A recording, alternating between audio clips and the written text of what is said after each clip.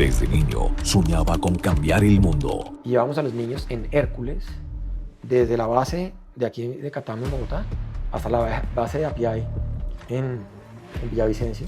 Y hoy lo está haciendo. Yo ya sé qué voy a hacer en mi vida cuando grande. Yo voy a hacer un grupo de scouts de gente que tenga perros. Me gustaban los perros y me gustaban los scouts. Y me acuerdo como de creerme el cuento a tal punto de decir, tiene que haber una manera de hacer esto que hacen los scouts, pero que genere impacto de una manera más sostenible a lo largo de la vida. Convirtió el miedo en combustible. Miedo, pero determinación. Es que uno no puede tenerle miedo a esto, porque si nos metemos en el miedo, pues esto no va a cambiar. El miedo yo creo que fue el alimento. Eran los héroes invisibles de la noche. Y me metí con un proyecto sensacional que era undercover, que era encubierto, que básicamente consistía en que las mamás de las niñas que hacían las fiestas tenían el problema de que las amigas de la niña de la fiesta no bailaban en la fiesta. Pues no, esto era una producción, estas chinas se ponían divinas, el peinado, el vestido, la vaina, el tacón, y acababan sentadas en una esquina del garaje toda la fiesta. Entre caos nació su espíritu de líder. Acá prestamos servicio en la unidad de inteligencia del ejército en ese momento, con M-19 a bordo. O sea, era un poco asustador ese momento. Una leyenda indígena. Dije, necesito escuchar una leyenda indígena que me enganche. Y nos sentábamos con los ancianos a escuchar leyendas. Y ahí nos contaron una leyenda, que es la leyenda de Cajuyalí. Quería un lugar donde soñar fuera obligatorio. Y esos campamentos se volvieron eso, se volvieron unos momentos de dar esperanza.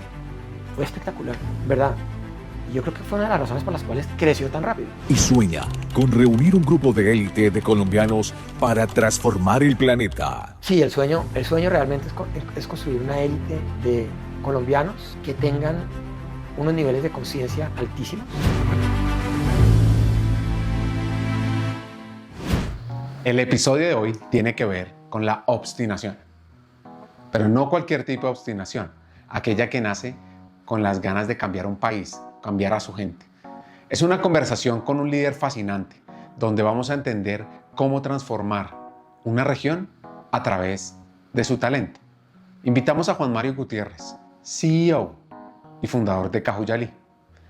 Tiene una mirada crítica y muy especial para este momento que estamos viviendo en Colombia. Pero sobre todo, tiene un mensaje de esperanza.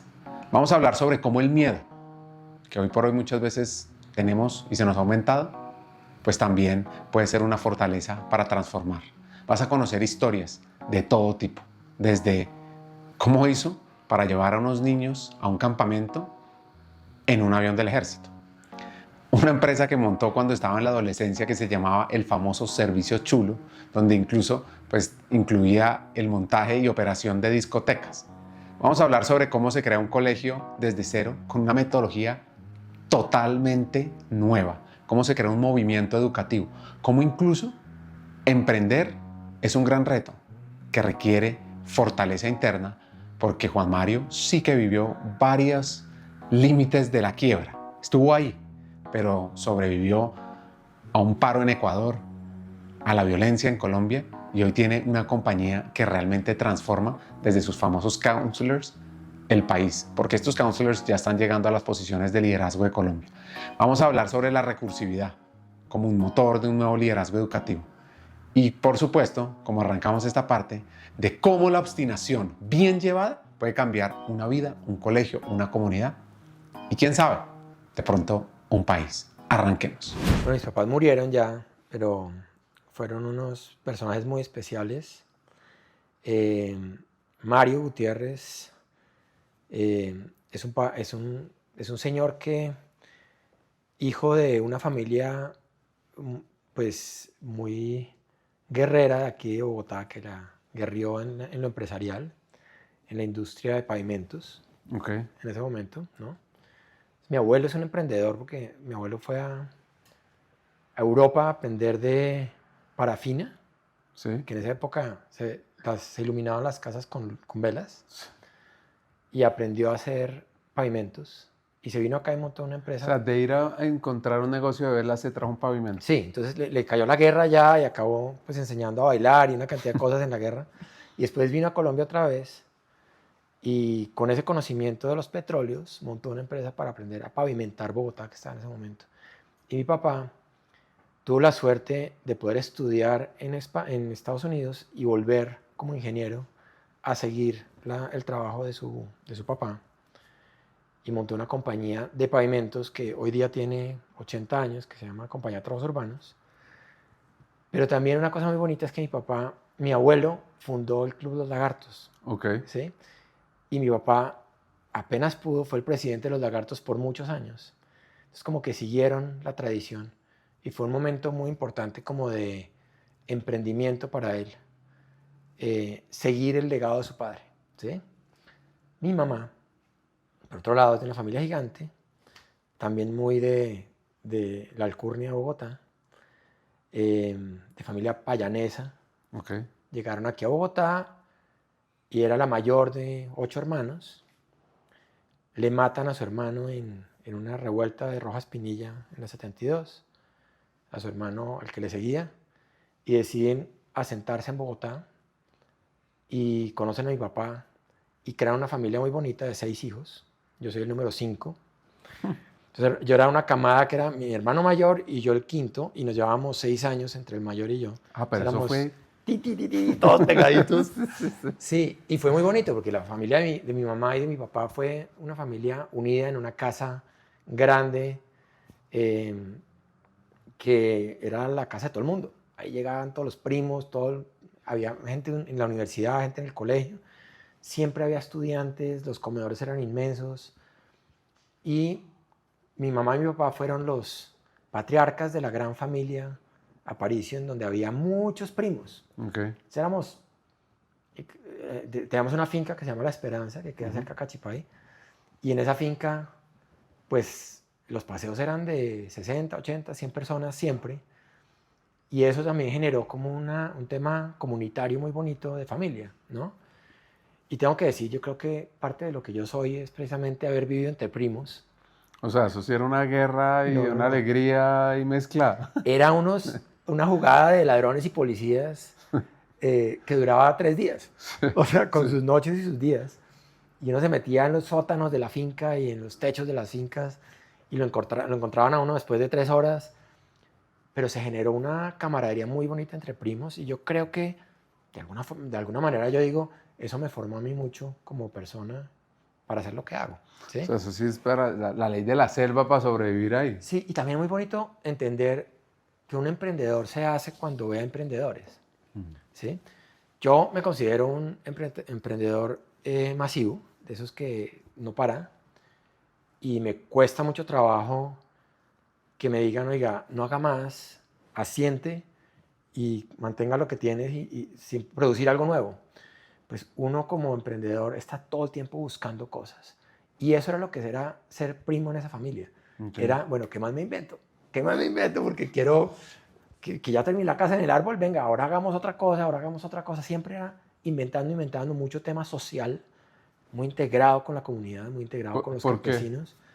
Porque era una finca productiva muy grande de la época que después se achicó por temas de reforma agraria y todos los campesinos locales se volvieron pequeñas chagras que tenían hijos y familias y nosotros convivíamos con ellos como parte de sus familias. Entonces fue muy bonito que fuimos familia con los campesinos de la región, aprendimos mucho de eso y siempre estuvo en el corazón de toda la familia el que nosotros teníamos que ser una plataforma para que otros crecieran, para que otros se desarrollaran.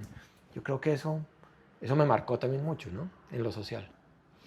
Estaba pensando, me va a desviar un poquito del tema, pero al final el emprendedor es como mucho de proyecto y otro proyecto y como con ese gran propósito, ¿no? Sí, yo creo que es muy bonito la creación, ¿no? Y la creación, ese poder que tenemos nosotros los humanos de crear cosas, pues es un poder maravilloso que nos dieron.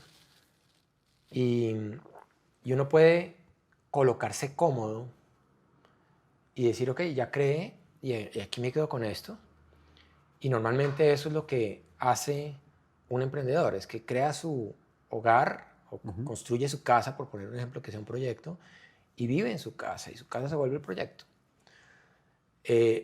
Hay otros que necesitan más, que necesitan construir su casa, pero venga, ahora necesito construir una siembra, pero entonces ahora necesito un tractor, pues lo va a construir y hago el tractor. O sea, se vuelve como guapa y uno no para. De esos hay gente muy exitosa, hay gente que ha fracasado porque es también que se le acaba uno la vida, se le acaba uno el tiempo y la energía. Pero bueno, nos desviamos a hablar de emprendedores y creo que estábamos en el tema personal. Familiar. ¿Y cómo esto, o sea, cómo son tus inicios, además de los paseos con los primos? ¿Cómo es esa vida tuya? Hubo una tus cosa 6 muy hermanos? chévere también que me marcó a mí en la infancia, que fueron los scouts. Ok. Y entonces dice uno, uy, no, el scout es el ñoño de pañoleta y uniforme que pone los deditos así. Sí. Pero fue un momento, pero importantísimo en mi vida que me enseñó la mística, me enseñó el servicio, me enseñó a superarme. Pues yo era el quinto de una familia de 6 y un poquito solitario en la casa. Y esa soledad también me llevaba a tener que tener amigos como un perro. Entonces yo siempre tuve un perro de niño, fue una cosa importante. El momento en que llegaron los scouts, me mostraron formas de superarme a mí mismo cuando tenía solamente 11 años. ¿Y por qué llegaste a los scouts? Yo creo que es que era muy difícil recrear a toda esa gente, ¿no? Sí. Mis papás veían una oportunidad de depositar el chino un sábado en un campamento y que se encargue alguien más de ellos porque claramente estaban ocupados. Pero también a mí me gustaba mucho campo abierto, me gustaban las navajas, me gustaba hacer nudos, me gustaba cocinar, inventar. Por ejemplo, mi papá me entregaban los carros en el garaje de la casa que tenían un ruido y yo desarmaba el carburador. Okay. Que lo volviera a armar no era muy posible, pero era una búsqueda constante. Entonces, como explorador de la vida que era, los scouts me satisfacían esa necesidad. Fue espectacular. Y un día, yo recuerdo, yo no creo que tuviera más de 12 años, había una persona en la casa que era pues, alguien muy querido, y me dijo, bueno, ¿cómo te fue en los scouts? Y le dije, yo me acuerdo de haber dicho esto, le dije, yo ya sé qué voy a hacer en mi vida cuando grande, yo voy a hacer un grupo scout de gente que tenga perros, porque me gustaban los perros y me gustaban los scouts. Y me acuerdo como de creerme el cuento a tal punto de decir, tiene que haber una manera de hacer esto que hacen los scouts, pero que genere impacto de una manera más sostenible a lo largo de la vida. Ya. Y pues, heme aquí, hice eso, Sí. pero lo sostuve desde que era niño, entonces me parece muy bonito y esos sueños han llegado otra vez a mi vida como diciendo, oiga, acuérdese cuando usted dijo esto. Pues, pucha, es que esos sueños son muy poderosos, ¿no? La palabra es muy poderosa. Bueno, en fin. Yo creo que más que el sueño es como la persistencia del sueño, ¿no? Uy, Porque es que no, uno, todos los niños, pues uno niño sueña con muchas cosas. Y yo a mis hijas, tienen 9 y 6 años, y una en un momento quería hacer la heladera, y entonces hace helados deliciosos, no sé qué, y después, no, papá, quiero ser la diseñadora gráfica y quiero tener mi agencia. Y yo, ¿cómo así? Pero tú sabes que es una agencia, tienes 9 años. O sea, es ¿A uno de qué los horas 9 años. ¿A qué horas no sabía aprendiste esto. eso? Sí. Sí, sí. Pero yo creo que al final esa consistencia con el sueño, que es lo más complejo. Sí, uno a veces no sabe en lo que se mete, pero es el cerebro insistiendo en que cumplas tu sueño. Es como alguna cosita que te está diciendo constantemente, ve por allá, ve por allá, ve por allá. Y hay unos que somos más obstinados que otros, ¿no?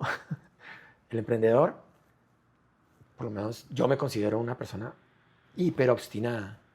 Y si no fuera obstinado en lo que emprendí, pues no había acabado haciendo lo que hice. Y mi equipo de trabajo me dice, le llaman Juan Mariadas, es peligroso.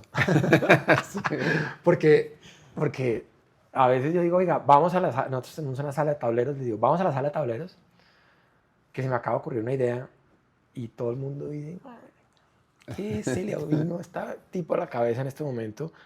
Porque eso compromete a muchas personas, y ahí tengo que decir, pues tengo un equipo que ha sido muy sacrificado también, y que ha puesto mucho Sí. para llegar a donde hemos llegado. Tengo una familia muy sacrificada también, que tiene que aguantar muchas cosas. Pero finalmente cumplir sueños es una cosa muy linda en la vida. Yo, si a mí me preguntaran a qué vine al mundo, pues vine a transformar cosas. Y cumplir sueños es transformar cosas. Entonces, al emprendedor yo le digo, hay que ser obstinados. O si no, no vamos a llegar. ¿Sí? Y la obstinación me ha jugado en contra en algunos momentos de la historia.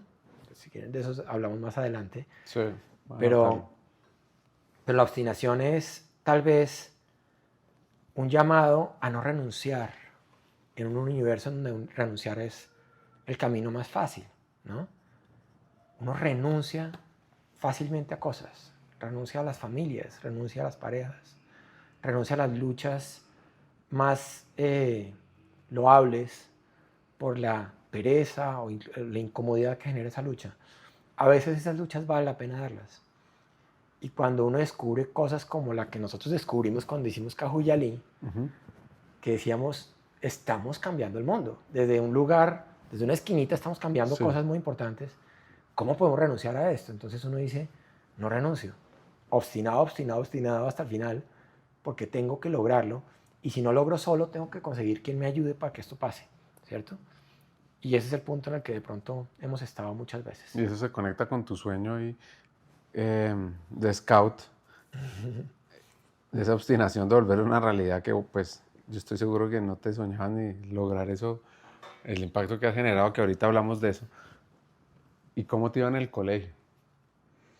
¿En este colegio nuevo que tenemos? No, en el colegio cuando eras... ¿Cómo me iba en el colegio? Bueno, pues el colegio fue... ¿Cómo va esa historia, mejor dicho, de la adolescencia? Pues yo era un tipo muy social, antes que académico. Ok. La parte académica me costó mucho trabajo, no por bruto, no por falta de capacidades. Sencillamente, yo creo que yo tenía algún tipo de déficit de atención, algún tipo de problema para poderme concentrar en el salón de clases. De hecho, descubrí como en segundo de bachillerato, después de toda una primaria bien sufrida, que me faltaban gafas para poder ver. O sea... Entonces, uno dice, pero si me hubieran puesto unas gafas en primaria, seguramente no habría tenido todos los problemas que tuve. Pero ese sufrimiento del colegio fue pasar por 5 colegios, repetir uno, pasar para el otro, perder año en este, que me votaran por disciplina en el otro, porque, bueno, en últimas acabé graduándome de un colegio alternativo, medio validadero, pero insisto que no era por falta de capacidades, era por no ser entendido, por no ser comprendido como estudiante. Y yo creo que muchos de los estudiantes que están en este momento en los colegios, sufriendo el día a día del colegio, son unos chinos que les va muy bien el recreo, porque empatan muy bien con otros niños, pero al momento de entrar a clase, pues están con ese dolor de estómago, de sufrimiento, de no entiendo, viene un examen, viene un test, viene un trabajo, o me toca, o lo contrario, estoy entendiendo todo, pero socialmente no conecto, no me entienden, mi identidad no es aceptada, mi forma de actuar no es aceptada. Entonces, ese tema me parece que fue sufrido, el colegio para mí fue sufrido. Sí. Claro, tengo amigos entrañables del colegio. Y te has tenido un buen grupo de amigos después de tanto colegio. Después de tanto colegio y toda la cosa, claro, uno tiene una amplitud de amigos. Pocos amigos del alma, pero amigos. Sin embargo, el colegio también fue un momento muy importante. Socialmente yo era un tipo muy activo. Tenía novias, tenía planes, fiestas siempre. Tuve una miniteca cuando estaba en el... ¿Montaste un negocio en miniteca? Una miniteca en el colegio. ¿Cómo así? Que fue espectacular porque eso... ¿En cuál colegio? En ese momento estaba en el campestre. O sea, ¿tú pasaste del Andino al campestre? Sí, estuve en los Joaquín, en el campestre. Mejor dicho, pasé por varios para poderme graduar. En ese momento estaba en el campestre y fue un momento muy interesante porque había una necesidad de minitecas pequeñas, de garaje, ¿cierto? Había la gran The Best y la gran mini estudio, había unas cosas grandotas por allá que sonaban en los proms, pero el negocio de garaje no estaba y pues dije, metámonos ahí. Y me metí con un producto sensacional que que era undercover, que era encubierto, que básicamente consistía en que las mamás de las niñas que hacían las fiestas tenían el problema de que las amigas de la niña de la fiesta no bailaban en la fiesta. Ok. Entonces tocaba, pues me ha dicho, esto era una producción, estas chinas se ponían divinas, el peinado, el vestido, la vaina, el tacón, y acababan sentadas en una esquina del garaje toda la fiesta. Sí, ¿cómo es que comiendo pavo? ¿Puede Entonces, ser dicho? Exactamente, Comiendo pavo. comiendo pavo. Sí. Entonces montamos este producto, que además lo bautizamos, se llamaba el Servicio Chulo. El Servicio Chulo consistía en que yo en el tablero del colegio ponía nombres, fiesta en tal sitio, anótense, se anotaban mis compañeros del colegio, era un colegio de hombres, entonces ayudaba. Y esta gente se me pegaba y llegaban a la fiesta, tenían un protocolo, tenían que ir vestidos de cierta manera, no podían tomar trago, tenían que tener ciertos comportamientos. Sí. Y yo llegaba a la fiesta y decía, allá con esa, allá con aquella, todas las niñas bailaban en la fiesta Y las era un mamás felices. éxito. Y mientras tanto me contrataban la miniteca, que yo pues, tenía mi DJ que ponía la música, y la fiesta salía espectacular, y él me ha dicho tarjeta para acá, tarjeta para allá, todas las mamás felices, y de en adelante empezaban a llamarme, entonces no, que necesitas el servicio chulo, llamas al otro teléfono porque esto es secreto, entonces llamaban al teléfono de mi amigo, que era un teléfono, en esa época no había celulares, claro. Sí. El de la casa, me Al de imagino. la casa. Entonces, mira, que es que necesito un servicio chulo para tal día, listo, vale tanto. Yo le pagaba a mis amigos y me quedaba con una parte. Pero eso se volvió sensacional. Ese fue el gran... Esto en el ámbito de... ¿Esto en qué año era? Esto era en el 82, Ok. 81. Estaba pues, sonando todos los 80s. Las fiestas eran increíbles. Pero se necesitaba... En esa época uno no bailaba solo, no había reggaetón para ir pararse solo. Se necesitaba pareja para bailar Wilfrido Vargas y para bailar pues lo que estaba sonando en el momento.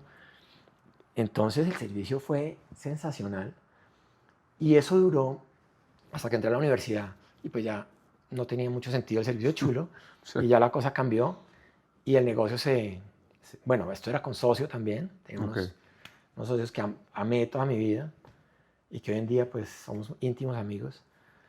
Pero fue una vaina que me dio plata suficiente para pagar un carro, comprar un carro en ese momento que necesitaba para funcionar y para pagar inclusive parte de mi universidad porque pues me tiraba materias de manera recurrente. ¿Tus papás te la cobraban? Mis papás pues le ponían a uno a pagar algunas de las cosas que uno faltaba. Además que uno con 6 hijos dice, pues tampoco es que... Exacto. Entonces fue una etapa... Mi vida fue una etapa de emprendedor desde el colegio, siempre estuve metido en eso. Y fue muy bonito. Yo creo que eso forja. ¿Y tus papás qué decían del negocio de Servicio Chulo? No les parecía perfecto. Bueno, no sabían mucho, ¿no? Ellos sabían de la miniteca, pero no del servicio alternativo. Pero se acabaron enterando, porque claro, muchos de los clientes eran del entorno social de ellos. Y pues las mamás eran fascinadas con esto. Entonces decían, es que estás cambiando la historia de las fiestas de Bogotá en su momento, porque no había quien sacar a las niñas a bailar. Entonces fue sensacional. Y también mis amigos feos acababan bailando. Todo el mundo terminaba feliz. El que no levantaba con quién bailar, pues acababa bailando también y se anotaban y ganaban plata, ¿no? Además. Ganaban plata. ¿Y qué pasaba si terminaban Levantaban novia. ¿no? No, además bailaban 3 canciones y hasta ahí, ¿no? De ahí en adelante era a levantar con quién bailar y levantar novia y la vaina. Entonces, era un gana-gana para todo el mundo que funcionó muy bien, ¿no? Sí, buen negocio. Sí. ¿Y la universidad, por qué? ¿Fue comunicación lo que estudiaste? Sí, yo empecé... ¿Eso en qué año era? Me fui al ejército primero, ¿no? Ah, bueno, ¿cómo fue eso? Fue espectacular. Bueno, fue sufrido. El ejército, al principio, la etapa de reclutamiento es horrible. La balota. Sí, esto fue... Pues nos cogieron a varios. Prestamos servicio en la unidad de inteligencia del ejército en ese momento, con M-19 a bordo. O sea, era un poco asustador en su momento. No porque el M-19 fuera malo, sino porque... ¿Eso era qué? ¿89? Esto es 86. Ok. Pero recientemente había terminado lo del Palacio de Justicia y todavía había ese sentimiento de resistencia hacia el guerrillero del M-19. Y era muy asustador estar metido, ¿no? Entonces tuve la suerte de poderme ir al Sinaí en ese momento, Ok. que fue como la salvación de salirme de un servicio militar que me estaba poniendo en riesgo en ese momento y mis papás estaban pues O obviamente sea, ¿pero qué asustados. hacías tú ahí en inteligencia? No, prestaba guardia. Ya. Básicamente, en algunos momentos tuve que hacer acompañamientos de vigilancia a la gente del S2, que son los que prestan inteligencia Ok. en las ciudades. Pero era asustador, pues uno es un peladito, monito, con poca condición de estar por ahí en la calle, y estaba uno armado en la calle cuidando a alguien más, pues yo no voy a disparar esa arma nunca. O sea, no tengo las capacidades ni la intención de hacerlo. Entonces, realmente era asustador. Entonces acabé yéndome al Sinaí, que eso sí fue pues el momento peak de la adolescencia. Un grupo de amigos increíbles con los cuales mantengo todavía una relación pues muy cercana. Y con ellos, inclusive, algunos de ellos fueron mis socios en el proyecto de Cajuyalí, más Ok. adelante, ¿no? Me fui al ejército. Cuando volví del ejército, pues estaba atrasadísimo. Todos mis amigos ya estaban en sexto, séptimo semestre, y yo me había inscrito en ingeniería industrial en los Andes, un poco cumpliendo el sueño de Claro, seguir la tradición familiar. la me tradición imagino. familiar. Y sufrí la universidad otros 6 semestres, ¿no? Ok. Tratando de pasar las matemáticas y los cálculos, y realmente no era bueno para el tema. Y en un momento dado, uno de mis hermanos se enferma, le da un problema, mi hermano menor, que es 10 años menor que yo, Ok. ¿sí? El sexto se llama. El sexto, que nació 10 años después que yo, que es alguien pues que yo quiero muchísimo, y se enfermó. Le dio un cáncer muy complicado y empezó una etapa de tener que viajar a Houston y hospitales y todo esto, y dije, no más universidad, corté con la vaina. Y ahí empezó mi etapa en la Universidad Javeriana a estudiar comunicación social, que fue muy bonita, no por la universidad per se, sino porque ahí empecé Cajuyalí en ese año, que fue 1992. Yo lo sé, estamos saturados de información y por eso pensar con claridad es tu ventaja competitiva. Ten en cuenta que los líderes más exitosos, más que saberlo todo, son los que toman decisiones inteligentes cuando todo es incierto. Llega un nuevo bootcamp que combina estrategia, comportamiento humano y herramientas prácticas para que tú puedas transformar la forma en la que tomas tus decisiones y en las que tu equipo toma sus decisiones. Aquí vas a aprender a detectar sesgos invisibles, mejorar tu capacidad de juicio, conectar con lo que realmente importa, tu gente y tus decisiones. Nos vemos este 22 de agosto de 8 a 4 p.m. en Bogotá, en el bootcamp Pensando con Claridad en el Mundo Complejo. Entre 1989 y 1992, Colombia atravesaba una de las épocas turbulentas de su historia moderna, una etapa donde cada decisión individual, estudiar, trabajar, emprender, se daba bajo la sombra densa de violencia, miedo, incertidumbre. En el 89, pues el país fue sacudido por el asesinato de Luis Carlos Galán a manos de los sicarios de Medellín. Y ese mismo año un avión de Avianca fue derribado por una bomba, matando a 107 personas en un atentado que iba dirigido contra el candidato presidencial César Gaviria. También murieron Bernardo Jaramillo y Carlos Pizarro. En las calles era normal oír de carros bomba, era rutina. El sonido de las explosiones a veces se confundía con la vida cotidiana. Era la famosa época de Pablo Escobar, del poder casi omnipresente del narcotráfico, extradiciones a Estados Unidos que desataban guerras urbanas. Y a la par, en el 90 se firma la desmovilización del M-19, uno de los principales grupos de guerrilleros que dio paso a la Asamblea Nacional Constituyente del 91, donde se da esa nueva constitución, más moderna, más democrática. Y mientras el país, quiero ser un poco trágico en ese momento que vivíamos para que no repitamos esta historia, pero mientras el país se debatía entre el horror y la esperanza, entre el plomo y la palabra, se aprobaba la famosa apertura económica liderada por el exministro de Hacienda Rudolf Holmes. En ese contexto, porque es que me demoré un poquito y con voz trágica, porque en ese contexto emprender no era una decisión de negocios, era literalmente una apuesta por la vida. En un país donde los jóvenes eran reclutados por los grupos armados, donde invertir o montar compañía era nadar contra la corriente, apareció Juan Mario. Juan Mario Gutiérrez se estaba formando como líder, que tenía esa tradición familiar marcada por el emprendimiento, la ingeniería y el compromiso comunitario, donde su padre y su abuelo le habían enseñado al frente de una empresa de pavimentos a crear compañías, donde tenía una finca familiar donde se reunían más de 68 primos, y ahí él fue testigo del poder de la comunidad. Ahí él dijo, yo quiero construir, quiero hacer algo más, porque en ese momento parecía realmente difícil, y él le apostó. Así que volvamos al episodio, a Juan Mario decidiendo fervientemente emprender en ese año 92. Yo, después de haber ido al ejército, fui a Estados Unidos a un camp Ok. a trabajar allá. Y dije, este campo está increíble, tiene unas instalaciones divinas, unos botes de esquí, unas cantidad de equipos, canchas de tenis divino, pero le falta la mística de los scouts, le falta ese changing que tiene que haber en el proceso de los jóvenes. Y me vine para Bogotá y vi una oportunidad muy interesante de hacer algo parecido. ¿Había algo? No había nada. Pues más allá de los Había scouts. algo parecido en el Huila, en una finca, que trataba de hacer un summer camp como los tradicionales de Estados Unidos, pero no tenía nada parecido a lo que yo me soñé en ese momento. Y dije, oiga, hagamos esto. Bueno, mi familia en esos paseos gigantescos que hacíamos, íbamos a los llanos a una finca. Y esa finca me llamaron y me dijeron, oiga, está disponible para la época de julio en vacaciones porque no hacen algo. Y mi mamá un día me coge allá en el sótano de mi casa, en donde estudiábamos todos. Me dice, oiga, ¿por qué no copia lo que usted hizo allá en Estados Unidos, acá en Colombia parecido? Y pin, dije, bueno, de pronto tiene sentido. Cogí a mis amigos del Sinaí y nos fuimos a un paseo a tomar aguardiente en el llano. A ver la finca. A ver la finca. Sí.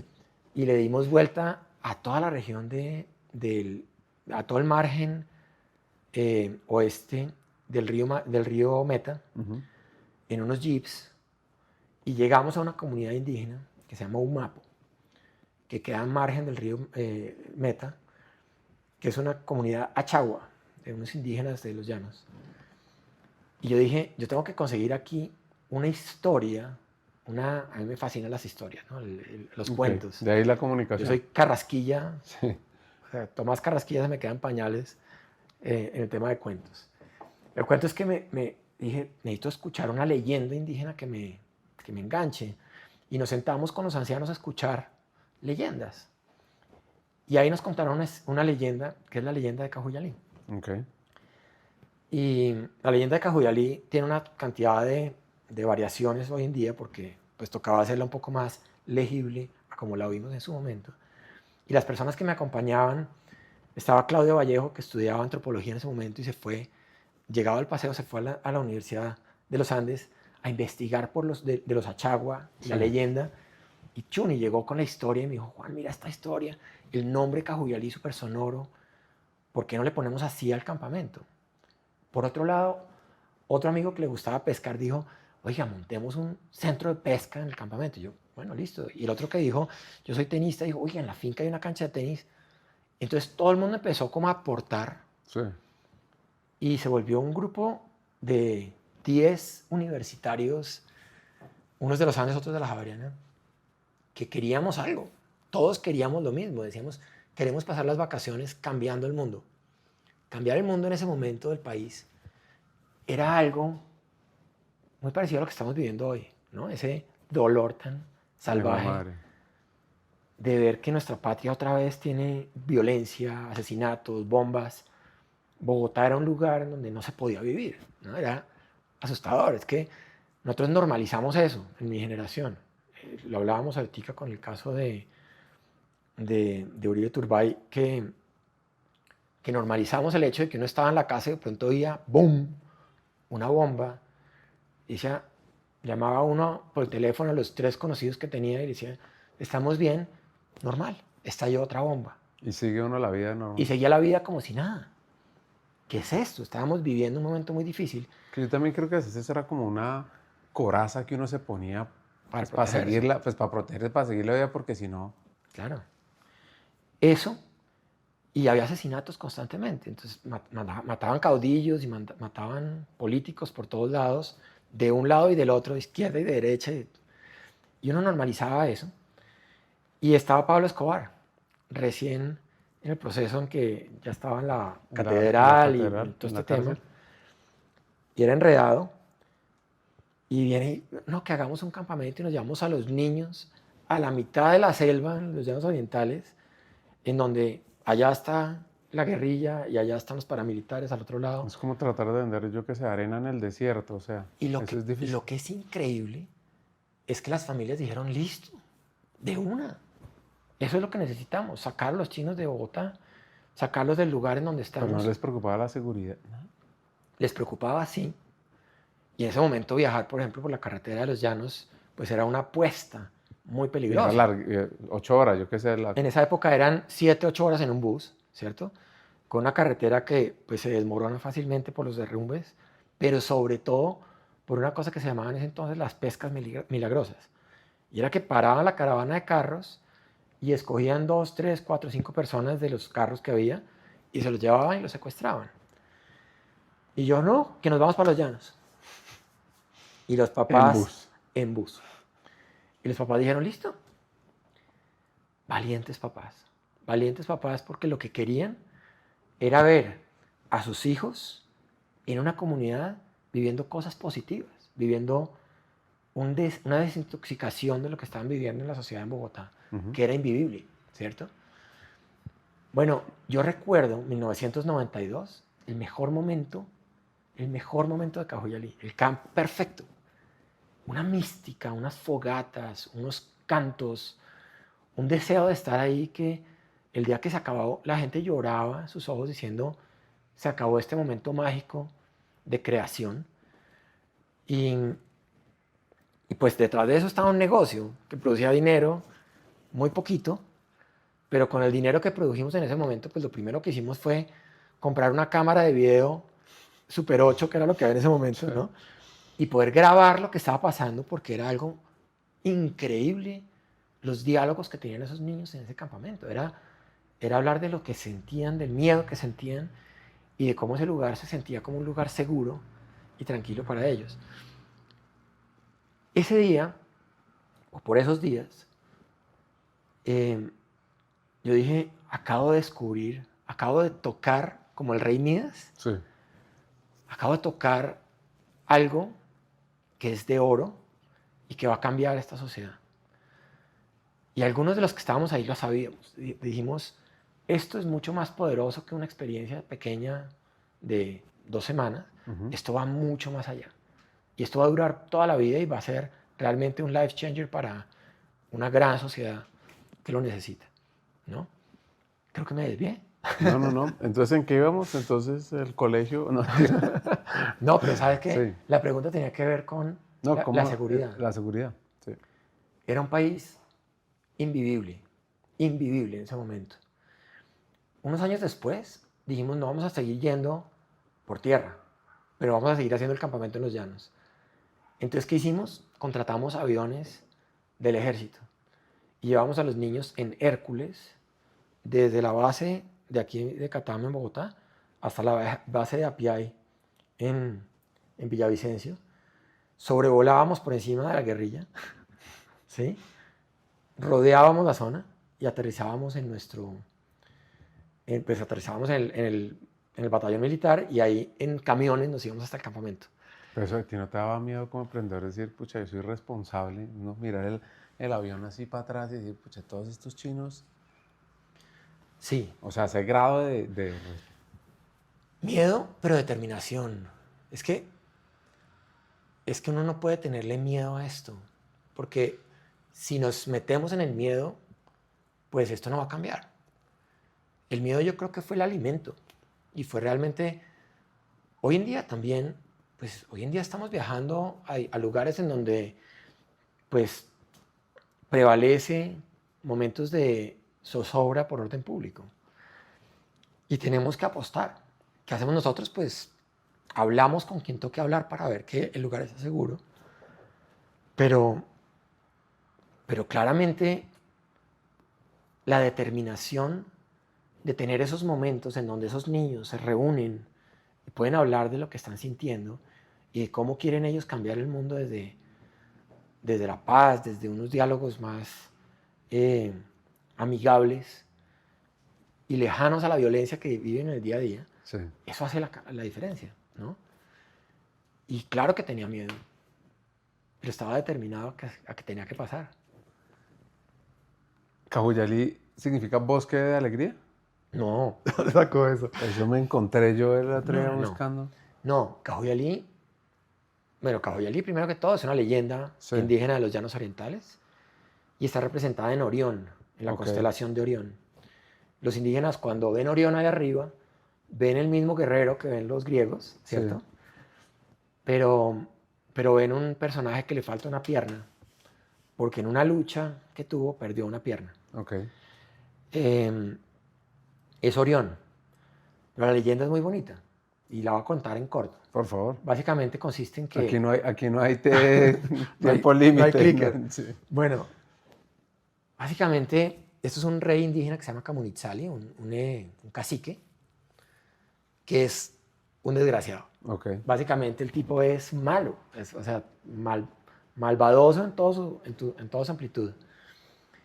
Pero un día la luna, con sus poderes mágicos, logra conquistarlo y el tipo se enamora de la luna y empieza a hablarle a la luna y la historia es que habla mucho tiempo con la luna y la luna le enseña muchas cosas y un día la luna queda embarazada. ¿Embarazada? Sí. Y el embarazo de la luna era un problema, porque la luna, como buena mamá que era, dijo, yo no puedo cuidar a mi hijo. Pues yo no estoy presente sino en las noches y en ciertas noches. Entonces necesito encontrar quien me ayude a criar a este niño cuando nazca, porque lo voy a dar a luz y va a ser humano. Y cuando nazca, el papá pues no lo va a educar. El papá es muy, muy duro con él. Entonces empieza a buscar en la naturaleza y encuentra un grillo. Ese grillo se llama Cihuacalay y hoy en día Cihuacalay es el maestro, Ok. que es el counselor de Cajuyalí. Y ese maestro es el que le empieza a acompañar a Cajuyalí cuando empieza a crecer. Cuando él empieza ya a entrar en la adolescencia, porque la leyenda es chistosa porque solamente es cuando es adolescente. Cajuyalí nunca es niño ni nunca es adulto, siempre es adolescente. Y lo acompaña un grillo que le habla todo el tiempo y le está preguntando cosas poderosas y lo hace cometer muchos errores en la vida con unas preguntas muy capciosas. Y Camunitzali, que es el papá, cuando empieza a sentir ciertos celos de no poder educar a su hijo, empieza a ponerle zancadillas constantemente con unos retos muy duros y lo manda al monte a vivir cosas muy, muy inhumanas. Y Cajuyalí tiene que superar todos estos retos y cuando los supera es Cihuacalay y la luna los que lo motivan a continuar adelante. Entonces, un día en uno de estos grandes retos le cortan una pierna y esa pierna es la que representa Orión en las constelaciones. Okay. ¿Ya? Pero que es muy bonito y es que cogimos esa idea y dijimos, Cihuacalay es el guía, el maestro, y Cajuyalí es el aprendiz. Entonces generamos una relación muy bonita entre maestro y discípulo que le permite a estos adolescentes estar o jugando el papel de maestro o jugando el papel de aprendiz, que en ocasiones es al revés, porque es el aprendiz el que nos enseña, ¿no? Entonces es muy bonito, es una relación de humildad y la leyenda está en torno a la humildad. El indígena no es humilde por naturaleza, Okay. ¿sí? Pero esta es una leyenda de humildad. Entonces es muy bonita y la hemos utilizado pues como el eje Como de de todo. crecimiento de todo el Y de proyecto. la cultura y de los Exactamente. ritos. Entonces, año 92, se ganan una platica, compran una cámara, ustedes vuelven de Sí. ese viaje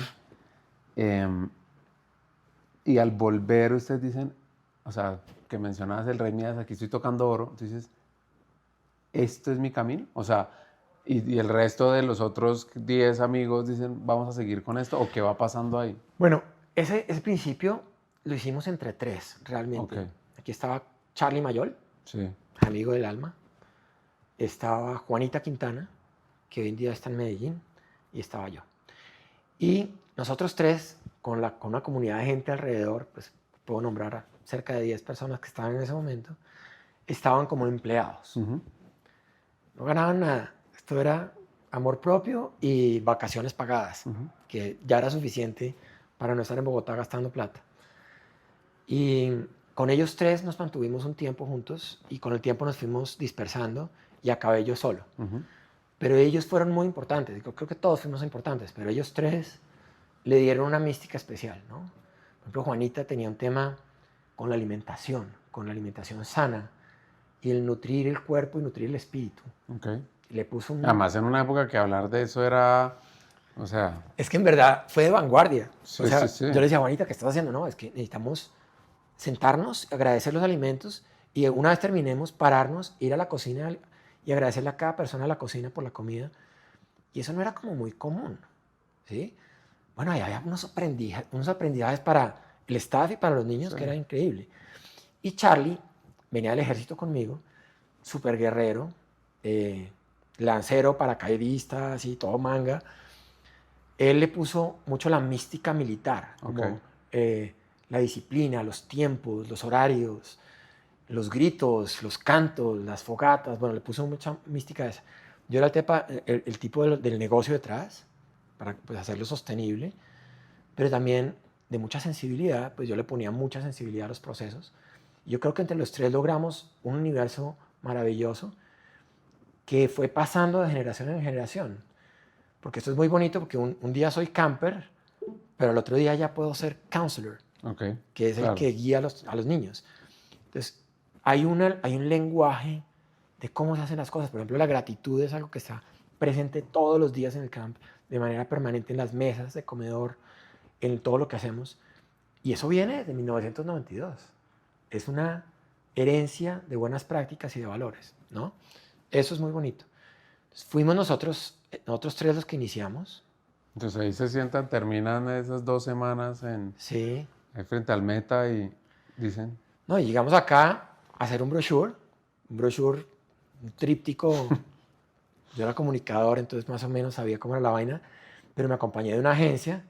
Ahí hizo parte otro amigo mío del ejército que hoy día es el director de la Fundación Bolívar. Y él fue el publicista que me ayudó a hacer el brochure.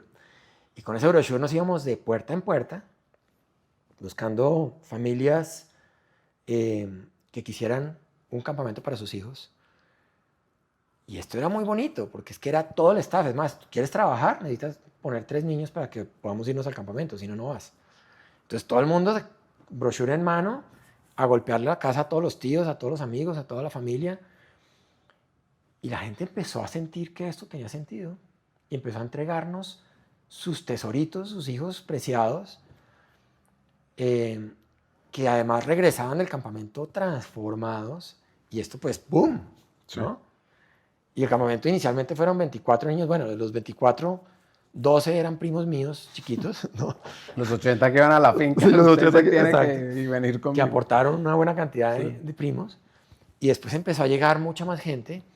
Pero en 1994, 2 años después... Pero ahí, o sea, yo quiero entender, es como el año 1 de esos, porque es decir, vendí tal, 2 semanas, bien, pero toca esperar que hasta diciembre o hasta el año siguiente. Esa es una buena pregunta, porque nosotros dijimos, bueno, diciembre, en diciembre hacemos otro, y en julio otro, del otro año. Semana Santa. Sí, metamos todo lo que podamos. En diciembre tratamos de hacer, y fue nuestra primera quiebra.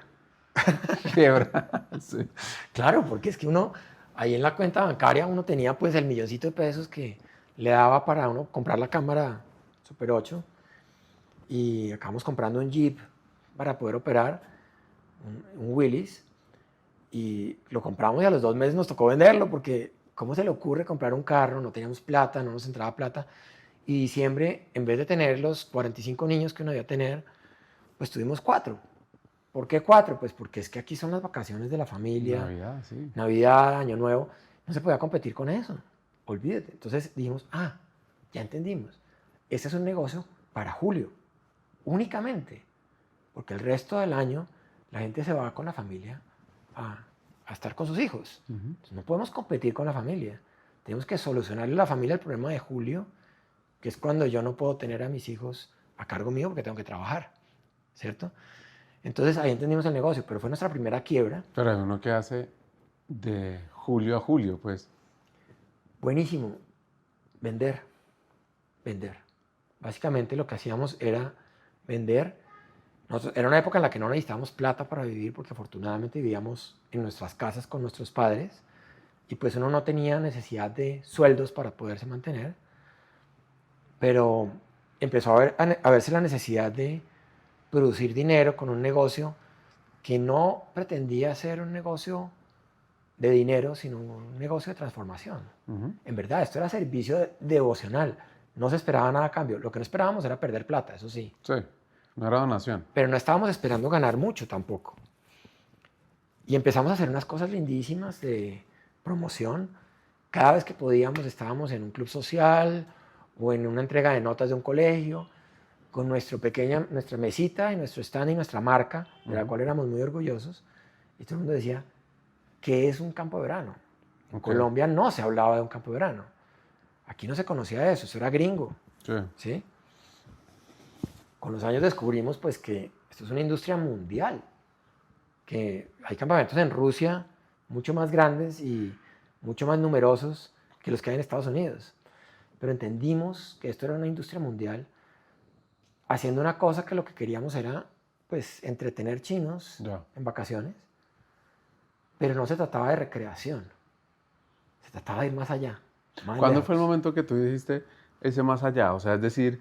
El día 1. El día 1, como que aquí vamos a formar líderes, personas que impacten el país. El día 1, por los diálogos que teníamos con nuestros amigos de staff, en un círculo aquí en Bogotá, me acuerdo, esto no puede ser solamente recrear, esto no puede ser solamente, esto tiene que ir mucho más lejos, porque estamos viviendo en una guerra aquí en Colombia. Somos los llamados a darle esperanza a estos niños para las siguientes generaciones. Esa vaina lo llena a uno por dentro, ¿no? Esto es como montar un grupo guerrillero, yo creo. No, pues la fibra que había dentro de jóvenes universitarios queriendo cambiar el mundo. Entonces, ahí había una barra que era, podemos llegar a la recreación, y recreación está bien, recreemos, pasen rico, listo. Pero podemos llegar también a un nivel de conciencia. Oiga, estamos en un país desbaratado, tenemos que ser más agradecidos, tenemos que cambiar, listo. Pero la barra decía, no, lleguemos a niveles de compromiso grupal. Entonces, este grupo de personas regresa de allá diciendo, nosotros vamos a cambiar este país. Sí. ¿Cierto? Y vamos a aportar para eso. Y la barra podía llegar más arriba, que es el compromiso individual. ¿Cómo yo solo puedo aportar para esto? Entonces se nos volvió un momento espectacular. Me estoy extendiendo, pero es que estoy emocionado a contar esta historia. Pero, por ejemplo... César y Juan, yo creo que... Juan no sabía todo eso, estoy seguro. ¿No? Bueno. Fueron un mes partido en dos. Primera temporada y segunda temporada. Aquí había 24 niños y aquí había 26 niños. ¿Sí? Eran poquitos. Pero una cosa bellísima que pasó cuando regresamos, porque me acabas de preguntar qué pasaba entre una temporada y otra. Sí. Me acuerdo el puente de la 100 con séptima. Sí. Esa curva que hay allá, pues a ti no te alcanzó a tocar porque eres muy joven, pero los de mi época, yo me acuerdo que nos fuimos a esa pared que hay ahí, hicimos un mural gigantesco por toda esa pared, que duramos una semana haciéndola y empezó a pegarse todo Bogotá. ¿Un mural de qué? Un mural que decía... Yo creo en Colombia. No más. Sí. Y en ese momento... Pues pero eso era con Pedro Medina.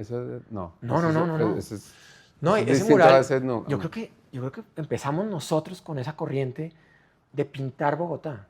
Con murales que tenían temas de creer, de yo soy el cambio, ¿cierto?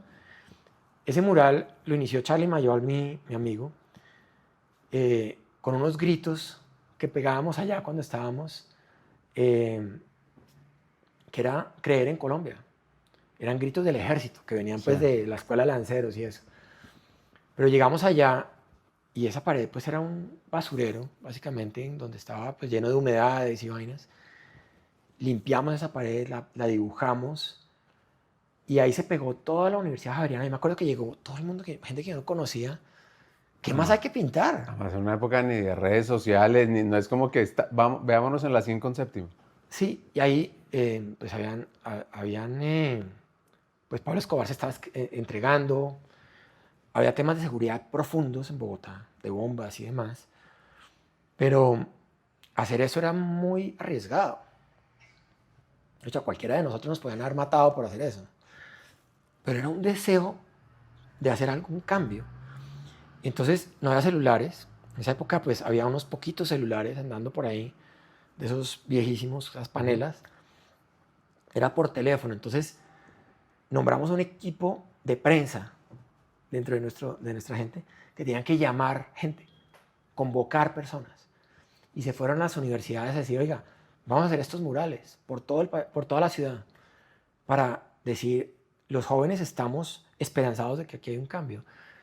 Y Cajuyalí se volvió un proyecto político detrás de una vaina de, no político, de venga... Sí, de poner gente en el Congreso y nada. Nada de esto. Es, incidencia en lo público. queremos darle esperanza a nuestros jóvenes. Y esos campamentos se volvieron eso, se volvieron unos momentos de dar esperanza. Fue espectacular, en verdad. Y yo creo que fue una de las razones por las cuales creció tan rápido. Porque, así como me acabas de preguntar, 25 y 26 niños en la primera temporada, diciembre quiebra, siguiente año, 100 niños en cada temporada. No cabíamos, ¿no? Entonces tocó adaptar la finca, pedirle finca al de al lado. Oiga, la pieza. Sí, me rindo una pieza, me rindo la enfermería, bueno, y armamos otra vaina. Y al siguiente año, que era el 94, ya nos fuimos y conseguimos un centro recreacional que hoy día es de Colsubsidio gigante, que en ese entonces había sido expropiado de uno de los mafiosos de la época y estaba en manos de algún testaferro, alguna vaina, yo no sé. Le dijimos, oiga, alquílenos al mes, listo. Pintamos las paredes, arreglamos la piscina, tenía lago, entonces tener lago era una nota. Bueno, el caso es que montamos y ese año fueron 450 niños a Cajuyalí, que fue cuando los llevamos en Hércules, porque no podíamos llevarlos en buses. Entonces, ¿y los papás frescos? Yo no sé ¿Cómo se van los niños? No, en avión. No, inicialmente eran buses y al ratico llame papá por papá a decirle, oiga, no, nos vamos a ir en bus, nos vamos a ir en avión. Ah, chévere, ¿en qué avión? No, un avión del ejército. ¿Del ejército? Sí, bueno, mejor aún. Entonces, hubo unos que se corrieron, otros que no. 450 niños en 2 sedes. Esto creció a unos tamaños y claro, ahí se profesionalizó Cajuyalí en el sentido en que tuvimos que entrenar gente, empezar a traer gente de Estados Unidos, amigos nuestros que estaban muy bien entrenados en Estados Unidos, vinieron a capacitar nuestro staff en temas de primeros auxilios, de manejo de grupos. Claro, porque eso no tenían ustedes. Nosotros lo hacíamos con las uñas, sí. lo que habíamos aprendido en el ejército. ¿Sí? Y empezamos a profesionalizar lo que era nuestro trabajo. Ahí llegó gente de Estados Unidos y de Canadá y de Europa y de Venezuela que hacían parte de una comunidad que se llama el International Camping Fellowship. Okay. Que es una vaina mundial de campamentos que se me bajaron de un avión un día y yo, un poco de viejitos, peliblancos, que llevaban 100 años haciendo campamentos en Estados Unidos y en Canadá. Y uno desde África venía. Armand Ball,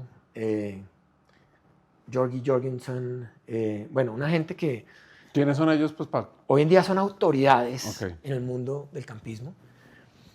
Y me dijeron, Juan Mario, que usted está haciendo campamentos aquí. Yo, esos son campamentos. O sea, yo no tenía un referente claro de lo que era hacer campamentos. Y trajeron toda la tecnología con libros Pero escritos. ellos, ¿cómo llegaron acá? O sea, porque un venezolano, okay, Pedro Paredes, había oído que en Colombia se estaban haciendo cosas y hacía parte de la junta directiva de la ICF. okay. Bueno, yo 3 años después era de la junta directiva de la ICF en el mundo y empecé a tener en cuenta que esto era una industria creciente y con muchas posibilidades de hacer cosas más profesionales. Había libros escritos, no sabía, había textos de universidades muy completos de lo importante que es la experiencia de vacaciones para los niños. Ya. Pero ninguno en el mundo hacía lo que nosotros hacíamos, que era llevar la barra de aquí hasta aquí. Okay. la barra subía máximo hasta niveles de conciencia, pero nunca a niveles de compromiso. Sí. Entonces, esto hizo la diferencia. Esto es lo que hace que Cajuyalí sea único en el mundo. Y lo digo con mucha vanidad, pero también con mucha humildad, diciendo, se creó un lenguaje desde ese inicio que nos llevó a hacer una cosa demasiado grande que no existía en el planeta. Entonces, hoy en día somos referente. Entonces ya vemos en México que gente dice, veamos cómo lo están haciendo en Colombia porque gusta más. Y en Estados Unidos dijeron, oigan, no podemos hacer solamente recreación, llevemos esta barra más lejos. Y me volví un capacitador en el mundo. Entonces capacito en Rusia, capacito en Alemania, capacito en Turquía, capacito en Estados Unidos, en México, a los directores de los campamentos que dicen, ¿cómo se hace para llevar la barra desde aquí lo más lejos posible? ¿Sí? Además que, claro, en esos países no había esa preocupación social, política. En Estados Unidos, una Europa, no tenían en ese momento esa necesidad. No en ese momento, pero es que hay otras necesidades. Todas las sociedades tienen pues unos quiebres muy graves. Todas, Estados Unidos tiene un quiebre de valores en este momento gravísimo. Rusia tiene pues una dificultad, tiene una guerra presente, pero tiene una dificultad cultural muy importante. Turquía tiene una historia de dolor que tiene que sanar. Mejor dicho, todo el mundo tiene problemas. Y uno lleva esto y este modelo se copia y se adapta para muchas sociedades. Entonces ha sido muy bonito porque hemos, puedo decir, exportado nuestro modelo. Y eso no se habla mucho, ¿no? Los colombianos Pues que los colombianos tenemos un estigma muy grave, pero también somos famosos. Los colombianos somos unos guerreros, ¿no? Es que el colombiano ha sido construido con un pulso demasiado fuerte y nos hemos convertido en una gente referente. Cuando uno está afuera, la mano de obra colombiana es demasiado deseada, porque es gente que no da el brazo a torcer fácilmente, ¿cierto? Somos guerreros que tenemos iniciativa increíble, pero además de eso tenemos una cosa maravillosa que es la terminativa, que es que nosotros lo que empezamos lo terminamos y somos buenos en lo que hacemos. Entonces la gente nos quiere y valoran lo que hemos hecho en Cajuyalí. A mí me gusta mucho y soy muy vanidoso porque voy allá afuera y muestro lo que hacemos y la gente dice, pucha, de verdad, loable, ¿no? El trabajo que han logrado. Y, pues no sé, pregunta más porque tengo de mal. Es que a mí me ponen a hablar. le cuesta trabajo. A mí me ponen a hablar y el problema está callarme. Entonces, bueno, Cajuyalí va creciendo, o sea, lo que llamaría un crecimiento exponencial de las startups, ustedes van así, pum, pum, pum, pum. Sí. ¿Siempre es así? No siempre, no. Cajuyalí ha tenido unos quiebres muy importantes y pues es que estamos en un país muy difícil. La seguridad nos ha jugado muy difícil.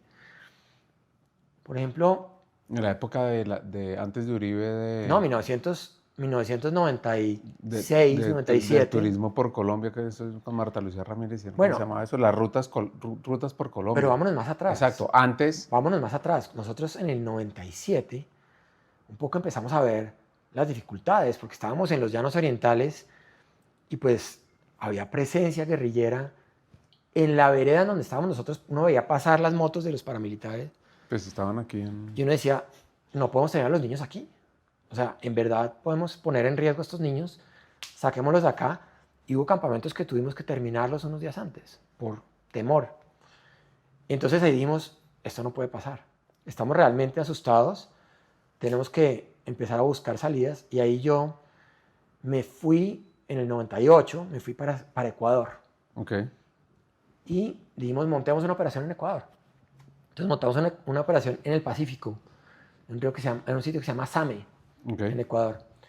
Y en Same montamos una operación y aquí se nos pegaron todos los colombianos.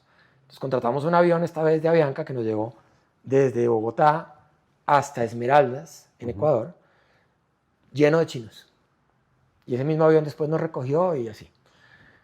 Y no hicimos campamento en Bogotá, en Colombia, porque dijimos, no estaba la seguridad para eso. El campamento salió muy bien. Y el siguiente año dijimos, no, pues vamos a seguir operando en Ecuador. Me fui yo a vivir a Ecuador en ese momento. Okay. Estábamos muy mal de dinero, porque pues claramente nos habíamos gastado todo el dinero tratando de sobrevivir. Y además Colombia de por sí no estaba tan bien económicamente, no hay una crisis. era muy difícil, además, pues allá se operaba, afortunadamente en ese momento en bolívares, en sucres, y era un dinero que rendía mucho para poder operar. Y ahí operamos en otro lugar que es cerca al Tungurahua, un sitio que se llama Patate, en Ecuador. Y pasó lo que no predecíamos que iba a pasar, y es que allá se puso muy mal también la cosa, porque hicieron paros indígenas que eran muy fuertes, cerraron todas las vías, y tuvimos que estar cerca de 40 días con unos niños en una misma finca, sin tener acceso a insumos de alimentación, viviendo en las fincas vecinas, porque no había cómo salir ni entrar. Y los papás en el momento. Y los papás aquí en Colombia, y nosotros llamando desde Colombia a los papás, desde Ecuador a los papás en Colombia diciendo, hay un paro indígena, no podemos salir, estamos bien, tenemos cómo vivir, pero cada vez la cosa fue más complicada, nos tocó sacar a los chinos en helicóptero y en buses hasta Ambato y después hasta Quito, y pues cualquier dinero que hubiéramos hecho nos lo gastamos resolviendo el problema. ¿Qué decían esos niños? No, los niños no estuvieron tranquilos porque estaban asustados, claramente. Pero pues al final llegamos al Dan Carton. Afortunadamente el gerente del Dan Carton era colombiano y nos prestó los 3 pisos del Dan Carton, los últimos pisos, con todos los apartamentos mejores que había en el hotel. Y a los chinos se les olvidó cuando pues, pudieron prender una televisión en un hotel y estar tranquilos. Pero fue asustador. Y fueron retos difíciles de Cajuyalí. Pues, ¿cómo entonces dijimos, no más. esa emoción, o sea, la emoción de esa situación se me hace dificilísimo. Durísimo, manejar. durísimo. Aquí estaba, en ese entonces yo estaba casado con Marcela Contreras, estaba en Quito y era mi puente para poder resolver las cosas desde Quito y yo estando en Patate. Bueno, eso es una de las historias difíciles de Cajuyalí, hay muchas, ¿no? El siguiente año dijimos, no, nomás Ecuador, vámonos para un país más estable, que no sea Colombia ni Ecuador, y nos fuimos para Costa Rica. Bien. Listo, Costa Rica. Históricamente no ha tenido tantos. No ha tenido problemas políticos graves. Y empezamos a operar en Costa Rica y allá duramos 6 años operando en diferentes sedes, en un país que es muy tranquilo, pero que también tiene una inseguridad, también tiene sus problemas, ¿no? Pero fue espectacular. Pero claro, era costosísimo operar en Costa Rica. Costosísimo. No nos quedaba nunca un peso. Uno operaba y tocaba esperar hasta el otro año y volver a operar y hasta el otro año. Entonces era difícil, pero nos mantuvimos. Mientras tanto, además de vender, ¿tú de qué vivías? No, pues acá hacíamos actividades con colegios. Básicamente nosotros tenemos una línea que saca excursiones escolares y eso mantenía un poco pues, el flujo de ingresos para poder vivir. Ya. Pero era siempre un reto, siempre ha sido en el borde. Un emprendimiento que no ha dejado grandes capitales porque siempre fue luchado, ¿no? En el 2003 dijimos, no más Costa Rica, Colombia, vámonos para Colombia, ¿sí? Y vino todo el tema de las rutas seguras y pues en ese momento estaba entrando Uribe, había como una sensación de que podíamos recuperar ciertas regiones de Colombia. Volvimos a los llanos y volvimos a La Guajira, en donde teníamos operaciones. Y volvimos llenos de patriotismo y llenos de volver a reconstruir la confianza en nuestro país. Y fue muy bonito. No era del todo seguro. Y las familias lo sabían. Y estábamos construyendo una sensación de seguridad en esos niños otra vez.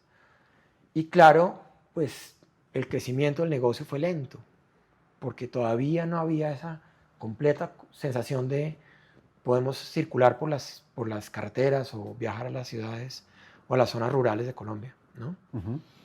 Pero eso fue una parte de la historia que fue dura.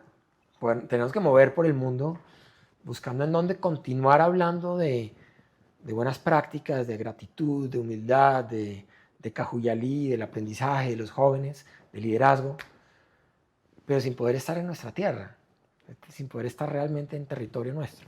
Eso era doloroso, ¿no? No sé por dónde seguir la conversación, pero al final esa resiliencia, yo creo que es la palabra que estaba buscando del emprendedor, sumada a tu palabra de obstinación. Obstinación se puede llamar más. Eh, Sí. o sea, ¿nunca pensaste en esos momentos decir, pucha, ya dejemos este cuento porque seguramente Sí. tus amigos ya deben estar trabajando en otras cosas, bien, y uno- Buenísima pregunta porque sí. Ha habido mucho sacrificio aquí. Ha habido mucho sacrificio. Y el ser obstinado con un proyecto como este, pues nos ha llevado a donde estamos, sí, claro. Hoy en día es una empresa estructurada, confiable, capitalizada, que puede andar sus pasos hacia adelante. Pero en todo el proceso hubo muchas voces, muchos momentos de una familia que me decía, oiga, ya, empléese, usted tiene un talento pues desbordante que puede hacer cosas maravillosas en otro entorno. No siga con esta obstinación porque va a acabar con la familia, va a acabar con los recursos de la familia, va a acabar con la tranquilidad. Entonces hubo muchos sacrificios. Yo siento que a mis hijos en algún momento les faltó mucho papá, ¿no? Ahí me estoy dando muy duro porque yo soy buen papá, pero me habría fascinado que de pronto hubiéramos hecho otras cosas con mis hijos que hubieran podido tener a su papá más cerquita. Pero yo estaba dedicado al proyecto porque esto era como un hijo Sí, mayor para una mí. empresa para uno es un hijo. Para un emprendedor, una empresa es un hijo, ¿no? Sí, Es sí. como Eso es difícil una de entrega. explicar. Es difícil de explicar. Y tuve mucha gente alrededor, socios que se fueron porque dijeron, ya, Juan Mario, las deudas nos están comiendo, yo no quiero seguir así, quiero emplearme en otra cosa. Eh, Personas que me rodearon y me dijeron, oye, busca capital exógeno que te permita seguir adelante, pero buscando capital la gente decía, esto es muy bonito y todo, pero esto no es un gran negocio todavía. Sí, Y yo no voy a meter mi capital en algo que pues no me dé retornos inmediatos o al mediano plazo. Entonces estuve muy solo y el empresario, el emprendedor, habitualmente está muy solo. ¿quién ¿no? te acompañaba? O sea, ¿cómo trabajas esa soledad? Porque posiblemente tú vivías rodeado de gente en el parque, con los niños, con los counselors y todo, que está muy bien, pero ya la soledad del líder, ¿cómo la manejabas? Pucha, es una pregunta que pues yo podría contestar de varias formas. Una es, claro, me he rodeado de gente capacitada que monta una junta directiva alrededor mío y me aconseja. Pues he montado juntas directivas varias veces que en últimas acaban haciendo lo que yo quiero que se haga. Y no han sido juntas directivas realmente, sino consejos de amigos que se cansan de la obstinación de Juan Mario. Eso a veces es difícil de ver. Que no me oigan por ahí porque... Pero es horrible. Bueno, me he rodeado de familia que también se ha cansado de mí. Entonces yo me divorcié. Y parte de mi divorcio tiene que ver con el hecho de no haber estado presente en una pareja porque mi pareja la sufrió. Claro. ¿Sí? La sufrió. Le tocaron momentos difíciles. Entonces ha habido sacrificios de vida personal por esa soledad. ¿Con quién me ha acompañado? Me ha acompañado con amigos, unos amigos entrañables que me dedican horas generosas de tiempo, que entienden mi naturaleza y que me acompañan con consejos, pero también con escuchar, que escuchar es muy importante también. Me acompañé con mi papá cuando estuvo vivo, se murió muy temprano y pues no pudo ver esto exitoso. Me acompañé con mis hermanos, que son un equipo. Mis hermanos son mayores que yo todos, Okay. menos Gabriel, que es el menor. Pero todos ellos son un equipo que me ha dado siempre una mano en todo. Han puesto hasta plata en momentos en que no ha habido. Y han sido maravillosos. ¿Y tu mamá? Mi mamá también murió hace pues algo así como 8 años. Pero o sea, es que estaba pensando ese punto que te dice ahí en el sótano, Sí. oiga, ¿por qué no hace algo con esa finca Wow. después de ver convertirse eso? ¿Tuvieron alguna conversación así? Mi mamá es una mujer, fue una mujer, pues primero muy católica y ponía siempre todo en manos de Dios, que afortunadamente Dios ha jugado muy a favor. Y esa mujer murió muy agradecida con la vida de ver, no solamente en Juan Mario, sino en todos sus hijos, mis hermanos, gente muy capaz, muy entregada a una comunidad, pero además muy exitosos en sus procesos de producción y de creatividad. Claro, ella estuvo orgullosísima. Yo las veces que pude la llevé al campamento, fue divino, porque ella era muy buena cocinera, por ejemplo. Entonces llegaba al campamento, se ponía unos guantes, un delantal, y se metía a la cocina con las mujeres de la cocina a enseñarles recetas y eficiencia de cocina. Y cuando los niños agradecían la comida, ella se sentía incluida dentro de ese agradecimiento. Entonces fue muy bonito tenerla, pero nuevamente ella nunca me dijo que renunciara. Siempre, esta idea es muy poderosa, adelante, ¿cuál es el siguiente paso? ¿Dónde vas a estar?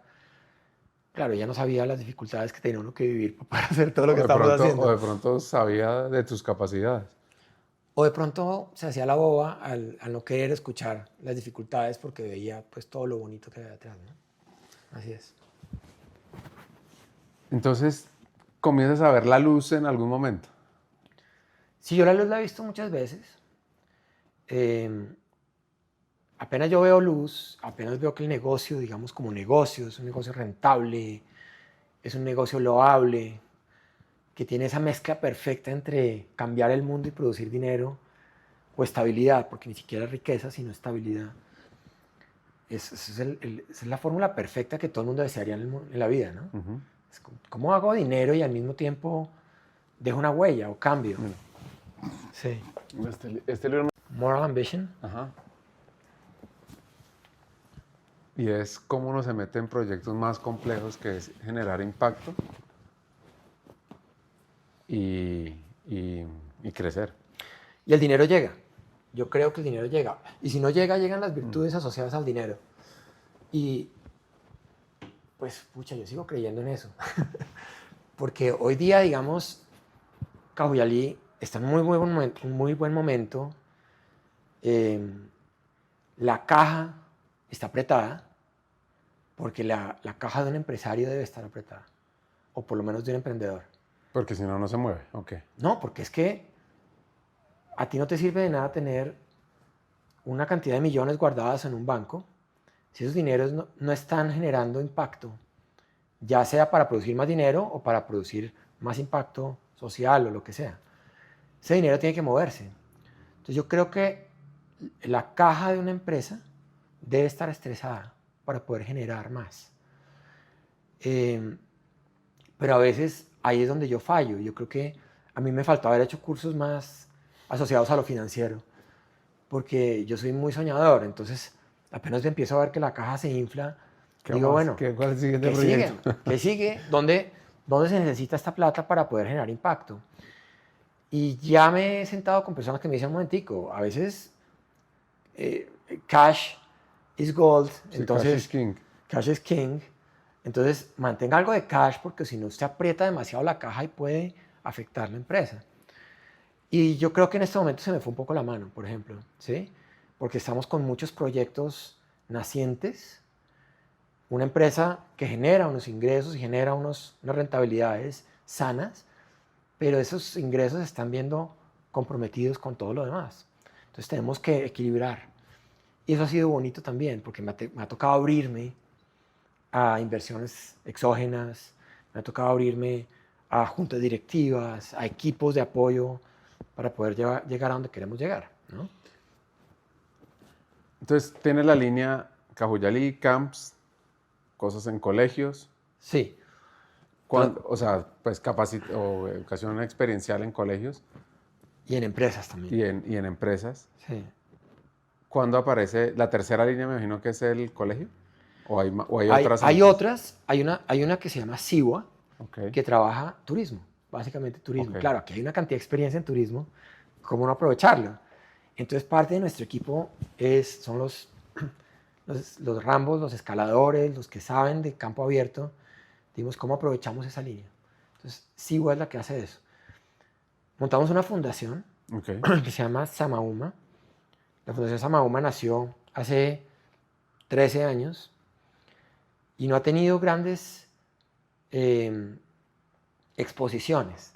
Muchos proyectos mínimos. Nosotros no somos de grandes proyectos, no somos de irnos a buscar ONGs que nos patrocinen, no. Nosotros cogemos las 5 familias que están en el desierto de La Guajira, que necesitan desarrollar un proyecto de escuela, les ayudamos con los contactos que tenemos para que lleguen capitales, monten una escuela, la construyan ellos mismos y desarrollemos con el bienestar familiar alimentación para esos niños. Listo. ¿Qué sigue? Pues que ahí después les llega luz solar y después les llegan una cantidad de cosas más, pero son impactos que tienen que ver con nuestros vecinos de un campamento. Ya. ¿Qué es el beneficio? Pues que se están beneficiando ellos de que estemos aquí, ¿cierto? Entonces es una fundación muy linda porque no tiene ninguna exposición, pero hace unas cosas de mucho impacto, muy bonito. Entonces está la Fundación Samauma. Y lo último es Cajoyari School. Cajoyari School, pues es una vaina... Antes de hablar Sí. de Cajuyali School, porque yo creo que es un tema también apasionante, ¿más café? Entonces, el sueño del colegio, porque es que pues yo trabajaba en educación y digamos uno ve los Sí. retos que tiene un país como Colombia cuando uno solo ve las estadísticas de cuánta gente ingresa a primaria, cuánta gente ni pasa bachillerato, ni se gradúa de la universidad y después no tienen ni para pagarla. Y no, o sea, la estadística más o menos de 1 de cada 10 es como la Sí. relación entre el que entra entre el que puede entrar a un colegio y termina graduándose de una universidad. Increíble, ¿no? En este país. Vamos a hacer una pausa porque ustedes saben que a mí me encanta leer y vamos a hablar de un libro que hay unos que se leen en detalle y otros se experimentan. Este es uno en el cual uno experimenta. Se llama El Camino del Artista y lo escribió Julia Cameron. No es ni un manual de pintura ni de poesía. Yo lo llamaría una guía para desenterrar autenticidad, para reconectarse con la voz propia que tantas veces se pierde en el ruido y sobre todo para ver cómo podemos ser más creativos. Porque es que si hay alguien que ha hecho ese recorrido a su manera, pues es Juan Mario. Que mientras Cameron propone escribir páginas matutinas para vaciar el alma y reencontrar la intuición, Juan Mario eligió otro tipo, una hoja en blanco. La selva, las comunidades, el país profundo. Su historia, la de alguien que sigue un camino trazado, no es así, sino la de alguien que se atreve a diseñar su ruta con coraje, con sensibilidad, obstinación y una clara vocación de servicio.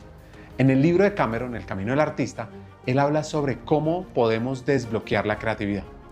Habla sobre el miedo, sobre la crítica interna que muchas veces nos hacemos y sobre la necesidad de cuidarse para poder crear.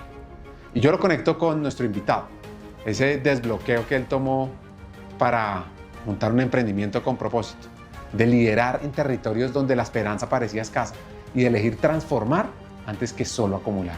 Así que, no sé si valga o no la comparación, pero ambos, Cameron y Juan Mario, entienden que crear es un acto profundamente espiritual y político, que sanar lo propio permite también abrir espacios para sanar lo colectivo y que la vida puede ser una obra en construcción si uno se permite escuchar la intuición más que la inercia. Volvamos al episodio. El sueño arrancó hace muchos años, cuando llevábamos grupos de colegios, grupos de estudiantes de algún colegio de Bogotá a una excursión. Llámese la excursión a eso. Nosotros le llamamos salida pedagógica porque tiene mucho más contenido que una excursión como tal. En esas salidas pedagógicas nosotros nos sentábamos con los profesores, revisábamos el currículo que están viendo y definíamos un destino. Decíamos, ok, nos vamos a ir a Boyacá y están viendo tal tema de historia patria o están viendo tal tema de biología. Y en ese proceso llevamos a los niños a través de una metodología que se llama el Adventure Based Learning, que es el aprendizaje a través de la aventura, a tener contacto con la naturaleza o con la experiencia como tal, y con una metodología que es el Flip Learning, que es aprender de manera reversada, los estudiantes llegaban con el conocimiento súper claro. Pero, bueno, ¿y qué pasaba? Pues el profesor ponía en el tablero el tema, los chinos conectaban con el conocimiento de una. ¡Wow! Pero lo más valioso de la salida era que allá en la salida salían todos los temas de convivencia que nos salen en el salón de clase. Ok. ¿Sí? Entonces, salían los problemas, las soluciones a los problemas, los temas de convivencia, los temas de diálogo, los miedos de los niños, los problemas de casa. Entonces dijimos, oye, llevemos psicólogos a las salidas. Entonces, pum, pusimos un psicólogo en las salidas y ese psicólogo, mejor dicho, era consulta permanente durante la salida. Regresábamos de la salida, entregábamos los chinos otra vez a los papás y al colegio, y todo eso que han vivido, que se iba disolviendo, y otra vez entraban en la neurosis propia de un salón de clases, en la neurosis propia de una familia, que son los problemas que yo tengo como individuo de convivir. Y entonces nos reuníamos, terminábamos la salida pedagógica con el staff. Bueno, ¿cómo nos fue? Bien, fulanito, menganito, ta. Ok, y hacemos la revisión 2 meses después y todo lo construido en esa salida se había desvanecido. Dijimos, pucha, ¿qué hacemos? Entonces nos sentábamos con los rectores y decimos, ¿qué hacemos para que esto sea perdurable en el tiempo? Metámoslo dentro del pensum.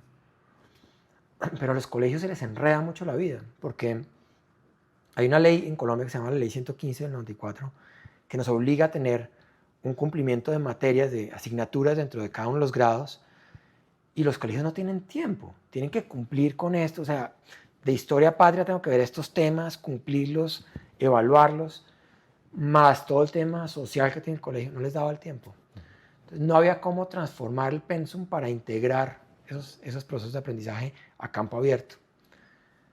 Entonces, en esas reuniones informales que uno tiene, oye, deberíamos hacer un colegio. Y los amigos por ahí, ¿usted cuándo va a montar un ¿Cuándo vamos a colegio? montar un colegio? Exacto. Empieza el diálogo de el colegio al colegio. Y yo dije, oiga, sí, yo tengo que montar un colegio. Un día de estos voy a montar un colegio. Y esas vainas que empiezan a sonar ahí, y en ese momento de mi vida se me acaba mi relación con la mamá de mis hijos y empiezo a salir con otra persona, y esta niña obsesionada con la educación, y decidió que se iba a ir a vivir a Finlandia a estudiar el fenómeno, el modelo finlandés de Phenomenon-Based Learning en Finlandia. Y yo dije, oye, yo no me puedo ir, pues yo tengo familia, tengo hijos, tengo Cajuyalí, vete tú, aprendes todo, haces un máster allá y vuelves y traes toda esa información y montamos un colegio juntos para el futuro. Y listo, proyecto del carajo. Y se fue y yo me le pegué lo que pude. Cada vez que tenía un hueco me iba para Finlandia y me le pegaba y empezamos a aprender el modelo finlandés, que nos pareció interesantísimo. Y volví a Colombia y por cosas de la vida la relación se acabó, ¿no? Y ella se fue y me quedé yo, además de dolido que se había acabado la relación, con unas ganas inmensas del proyecto, y se acaba de acabar la pandemia. Y yo dije, este es el momento para hacerlo. O sea, ¿eso es qué? ¿El 2020. 2020, ya, ok. Sí, estábamos como ya empezando a Ya. salir de la pandemia. Y yo dije, el colegio va porque va. El colegio va porque va. Y un libro que estamos leyendo en mi casa, que dice 5, 4, 3, 2, 1, y arranco. Hoy en día todo es 5, 4, 3, 2, 1, arranco. Y dije, de una vamos con el colegio. No tenía capital para hacerlo, no tenía realmente cómo fundamentar un emprendimiento como ese en ese momento. Pero yo dije, si hay los estudiantes, si hay la necesidad y si hay el awareness de marca que tiene Cajuyalí detrás, de que lo que hacemos lo hacemos bien, vamos a hacer el mejor colegio posible. Y nos metimos en el tema de montar el pensum del colegio. Y empecé a escribir. Yo ya sabía cómo montar un pensum más o menos. Sí. Entonces arranqué a montar mi pensum. Y en el camino dije, voy a buscar rectores, voy a buscar personal directivo para un colegio. Y di con personas muy capacitadas, con mucha experiencia, que tenían ideas tan locas como la mía de montar un colegio tan diverso como el que estamos montando, ¿no? Y ellos complementaron ese pensum, complementaron el sistema de evaluación. Yo no sabía montar un sistema de evaluación, ellos lo montaron. Y dijimos, vamos a hacer esta vaina. Y radicamos en Secretaría de Educación el proyecto de un colegio. Y ahí empezó el sueño, un sueño difícil. Solo para entender un Sí. poquito de contexto antes, ¿cómo le fue a Cajuyalí el año de la pandemia que todo era virtual? ¿Lograron montar un modelo de negocio como de capacitaciones virtuales o cosas de estilo? ¿O ahí fue como...? Intentamos de todo, pero no lo logramos. Nos salvó el hecho de que en ese momento el ministro Restrepo sacó una normativa para industrias del turismo, que tenían registro nacional de turismo, que no los obligaba a devolver los dineros anticipados de los clientes, sino que podía expedir vouchers para ser entregados después de la pandemia. Ya. Entonces nosotros habíamos recibido anticipos y estábamos obligados a devolverlos, pero gracias a esta norma no los devolvimos y con eso pudimos mantenernos vivos Ok. unos meses hasta que acabó la pandemia y renovamos y Y además, y ahí sí fue un boom de que la gente quería salir y la estar. gente quería salir y fue espectacular y ahí salió el colegio también a la luz. Ya. Y había estudiantes que ya no querían un colegio tradicional, ya no querían volver al colegio de locker, falda de cuadros y profesor de tablero, ya no quiero eso, quiero algo outdoor, a campo abierto. Y Cajuyalí era la solución. Entonces ahí fue cuando sacamos a Cajuyalí a la luz y fue espectacular, espectacular, porque el modelo es pues otra cosa, ¿no? Es una cosa muy diferente. Radicaste los papeles en la secretaría y ahí Y- uno qué hace, o sea, le dan un permiso, ¿dónde voy a operar? ¿Cómo voy a operar? Ese es el tema. Colombia, la norma de Colombia obliga a que los colegios tengan un edificio.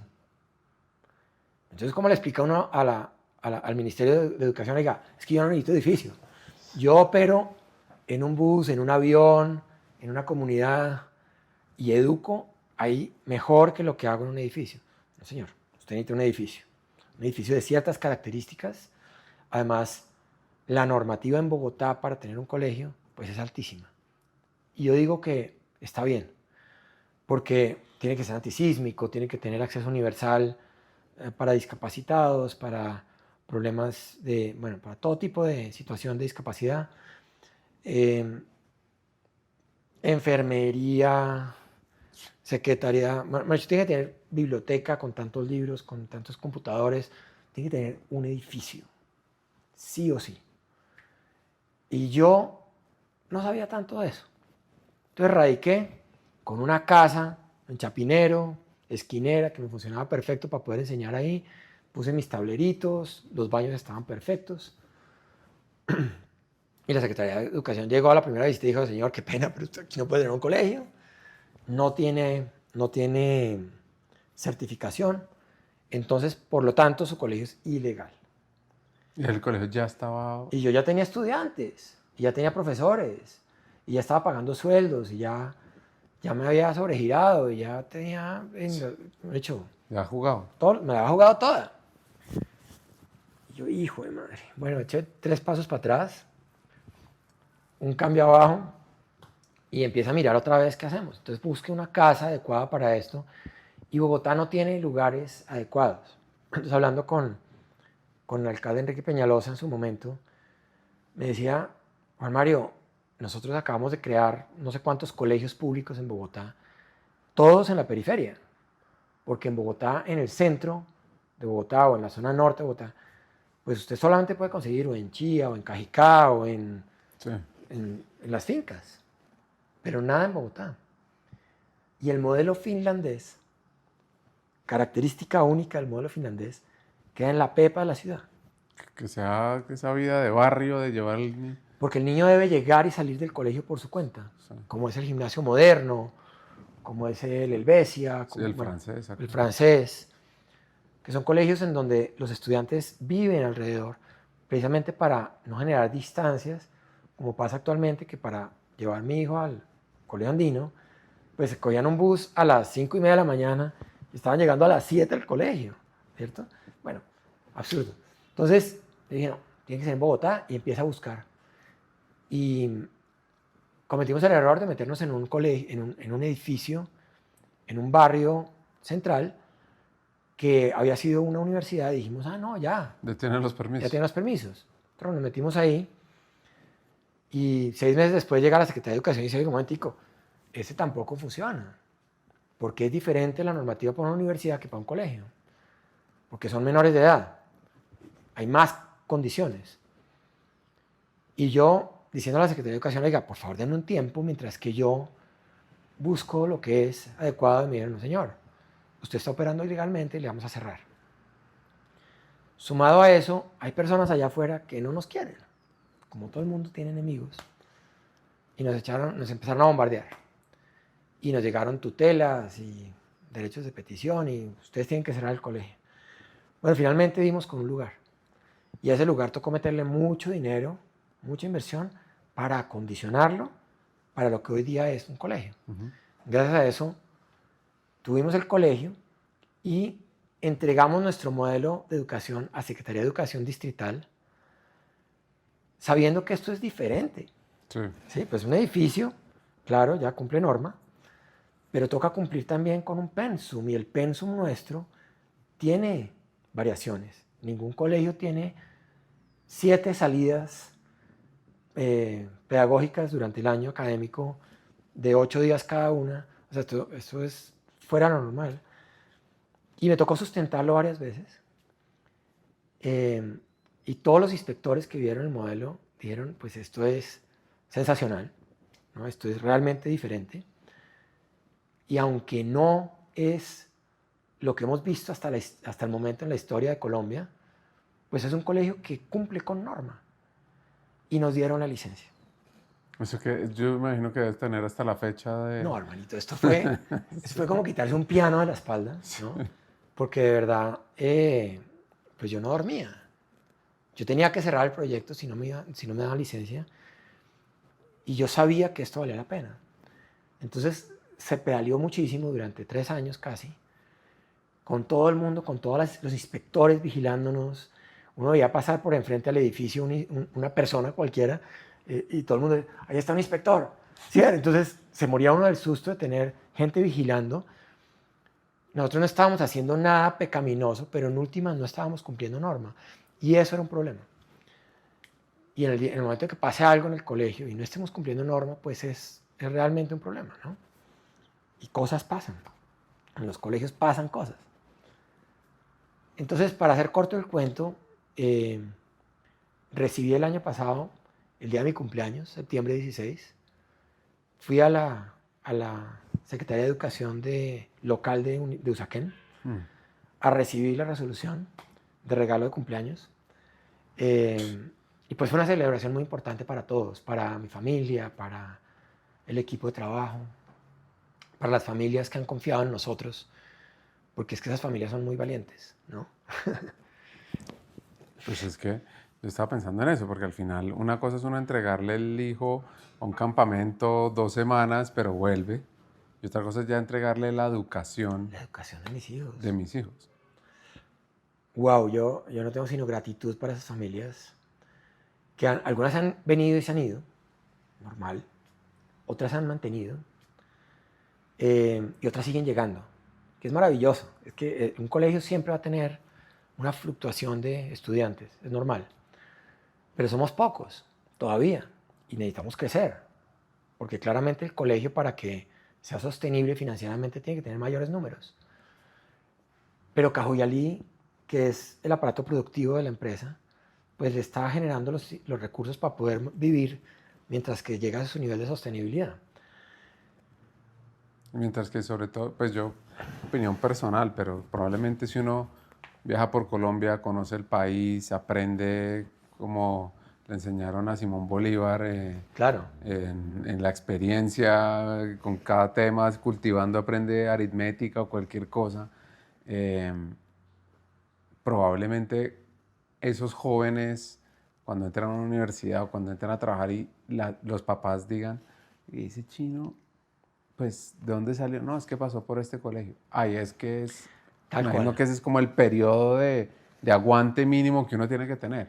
Sí, y ya está pasando. ya tengo estudiantes que llevan con nosotros desde el principio, que se gradúan ahorita, que son estudiantes que en su vida escolar tuvieron 36 viajes a diferentes localidades de Colombia, en donde conectan con escuelas rurales, con indígenas, con procesos productivos agropecuarios, con fenómenos productivos industriales como una hidroeléctrica, o una petrolera, una carbonera. Tienen una conciencia ambiental pues excepcional, tienen una conciencia de los abismos económicos que tiene nuestro país entre ricos y pobres, tienen una conciencia, pues han aprendido a aprender, que es una cosa que cuando uno llega a la universidad uno no sabe muchas veces. A uno nunca le enseñan. Yo he dictado un curso llamado Aprender a Aprender. Eso se llama la metacognición, es cómo aprendo yo a aprender. Entonces yo ya sé que yo aprendo a través de experiencias, entonces cómo busco las experiencias para generar aprendizaje. ¿Sí? Uno de los valores del colegio es el deseo de aprender, es como el ser un radar. Entonces a mí me fascinaba a los chinos bajándose de un bus voy a poner cualquier pueblo, Subachoque, aquí en Cundinamarca, y se bajan del bus y es como, miran así para todos lados como diciendo, bueno, ¿dónde está el conocimiento aquí? ¿No? ¿Dónde está la escuela? Primero, entonces buscan la escuela rural que está en Subachoque y se van derecho para la escuela a ver al profesor. Ok, profesor, ¿qué están viendo? Tales materias, listo. ¿Cómo podemos ayudar? ¿Cierto? Entonces, no, con inglés, enseñan inglés, ok, clase de inglés mañana. ¿Cómo podemos aprender? Entonces, no, aquí los chinos tienen, no sé, una sinfónica. Entonces, venga, peguemos a los de música. Los que son músicos se le pegan a los de música a tocar sus instrumentos con ellos. Entonces, se generan unas cosas súper poderosas de unos chinos sedientos de aprender y que ya saben cómo aprenden, además. Entonces, claro, llegan a la universidad y están pues con un ADN que, si yo fuera profesor, yo diría, quiero un estudiante como este, ¿cierto? Bueno, y la otra cosa maravillosa que pasa en ellos es que durante ese proceso de aprendizaje no solamente aprenden a aprender lo académico de una manera, ¿cómo se llama? Razonamiento abstracto. Sí. Eso que uno aprendía para el ICFES. Sí. Bueno, aprenden a abstraer el conocimiento de una manera maravillosa cuando llegan a un lugar, sino también son muy capaces de los procesos humanos que están en el proceso de aprendizaje. Entonces, saben entenderse a sí mismos. Tienen un tema de autoconocimiento muy bonito. Tienen un tema de aprender, yo le llamo a esto habilidades relacionales, mal llamadas también habilidades blandas. Sí. Pero son chinos que saben hablar en público, saben resolver problemas, tienen autodisciplina, cuidan su cuerpo, cuidan sus pensamientos, saben resolver un problema a través del habla, sin la violencia. Se conocen. Se conocen a sí mismos, entienden las diferencias con otra persona, entonces son súper pacientes. Bueno, yo no puedo hablar de todos, porque Sí. hay excepciones, pero los estudiantes son realmente especiales. Por ejemplo, el tema de diversidad. Sí. Es una vaina que es ADN del colegio. O sea, yo en el colegio Como normal. O sea, en el colegio ya no, en el colegio todo el mundo es un individuo con sus diferencias. Entonces tenemos el chino dark, pelilargo, vestido de negro, que es un universo y que todo el mundo le respeta su forma de ser. Él es como es. Al momento de trabajar en un trabajo en grupo, es uno más. No es un diferente, es una persona normal. O el chino que tiene pues, temas de género hoy en día que son muy comunes, o que hablan diferente, o que piensan más despacio, o que piensan más rápido, porque hay neurodiversidad también en el colegio. Esto es maravilloso. Cuando lo normalizan, en mi época eso no pasaba. no. De hecho, yo estaba en un colegio de hombres en donde fuera uno un poquito diferente, pues le cortaban la cabeza en 2 minutos, ¿cierto? Hoy en día es otro cuento. Y a mí me fascina porque los papás también han aprendido eso. Los papás también Ese es el otro reto de un colegio, ¿no? Manejar los papás. Dios mío. Porque una cosa era el campamento, pero yo me imagino que Los papás somos muy complicados, estamos muy dañados por dentro. Y todo eso se lo pasamos a los hijos sin querer, porque no hay maldad en esto. los papás han aprendido la diversidad también. Entonces, es muy bonito verlo. Digo, estoy hablando mucho del modelo del colegio, pero soy muy orgulloso de lo que estamos haciendo, ¿sí? Estamos construyendo un universo en donde cabe todo el mundo, en donde aprende muy rápidamente y muy bien, y donde se prioriza las habilidades relacionales por encima de las habilidades académicas, sin abandonar lo académico. Pues, ICFES promedio 346, que no me parece malo. Todos nuestros chinos entraron a la universidad, todos nuestros chinos obtuvieron lo que querían, o sea, están en la facultad que quieren, con la Lograron carrera, entrar a las universidades que querían.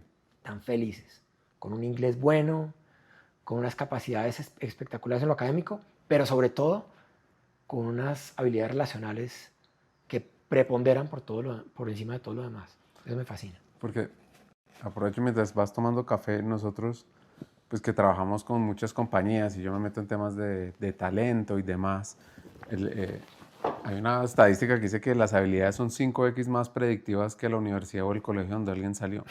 Uno dice, uno siempre contrata por lo técnico y despide por las habilidades, yo Por le las llamo habilidades habilidades del blandas. futuro Sí. o de habilidades relacionales o blandas.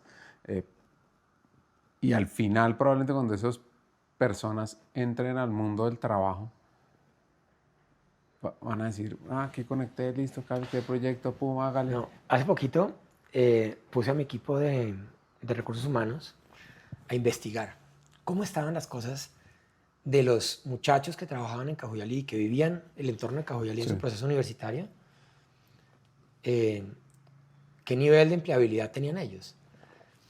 Y me dijeron, vea, no solamente el nivel de empleabilidad está pues muy alto, yo no sé si el 100%, pero es muy alto, sino que ahora en los headhunters y en los equipos de contratación de talento, el que aparezca Cajuyalí como parte de mi De su currículum educación.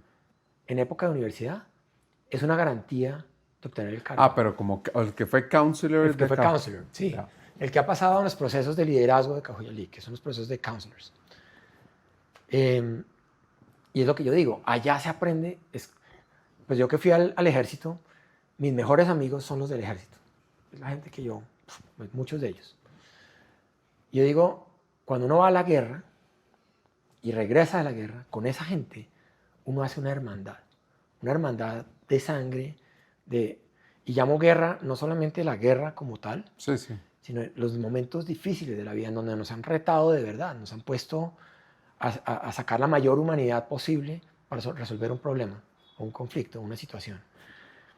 Yo siento que el trabajo en Cajuyalí es como ir a la guerra. Es un lugar en donde me exponen a todo, ¿no? Tomar decisiones, presión constante, entorno inseguro en términos de naturaleza y cómo minimizo la inseguridad y la convierto en oportunidad. Esos entornos generan personas llenas de habilidades. Y esos están entrando a todos los cargos. Pues ya las empresas hoy, ¿no? Que proyecto de transformación organizacional, ¿no? Que adaptabilidad, que no sé qué, que cómo hacemos para enseñar eso. Y yo dice, no, pues yo ya lo... Lo traen en el ADN. Exacto. Lo traen en el Sí, ADN. ¿Sí? Ni hablar de unos estudiantes de colegio que han pasado toda su etapa escolar, primaria y bachillerato, viajando y viviendo pequeñas guerras, pequeñas batallas allá afuera, y regresan llenos de recursos humanos, además de académicos, pero humanos. Eso los constituye en unos estudiantes maravillosos para la universidad y eventualmente en unas personas muy productivas. Entonces yo creo que el colegio está construyendo una nueva sociedad. Y ahí nuevamente estoy siendo muy vanidoso. Pero ¿cómo es ese sueño? ¿Cómo es ese sueño? Me fascina. Sí, el sueño realmente es construir una élite de colombianos que tengan unos niveles de conciencia altísimos. ¿Se acuerdan de la barrita de la Sí, que que hablamos lleguen ahorita? acá, Sí. que se pase. Que lleguen a niveles de conciencia altísimos. Yo creo que la adolescencia es un momento muy importante para generar conciencias. Y la universidad es un momento muy importante para construir compromisos. Creo que nosotros, nuestra tarea en la etapa escolar es desarrollar niveles altísimos de conciencia. Que esos estudiantes salgan conscientes de quiénes son, cuáles son sus herramientas humanas, sus recursos, sus talentos. ¿Para qué soy bueno? ¿Sí? ¿Qué me dispara? ¿Qué me sirve? Y los podamos llevar a la universidad con ese nivel de conciencia para construirse en gente comprometida.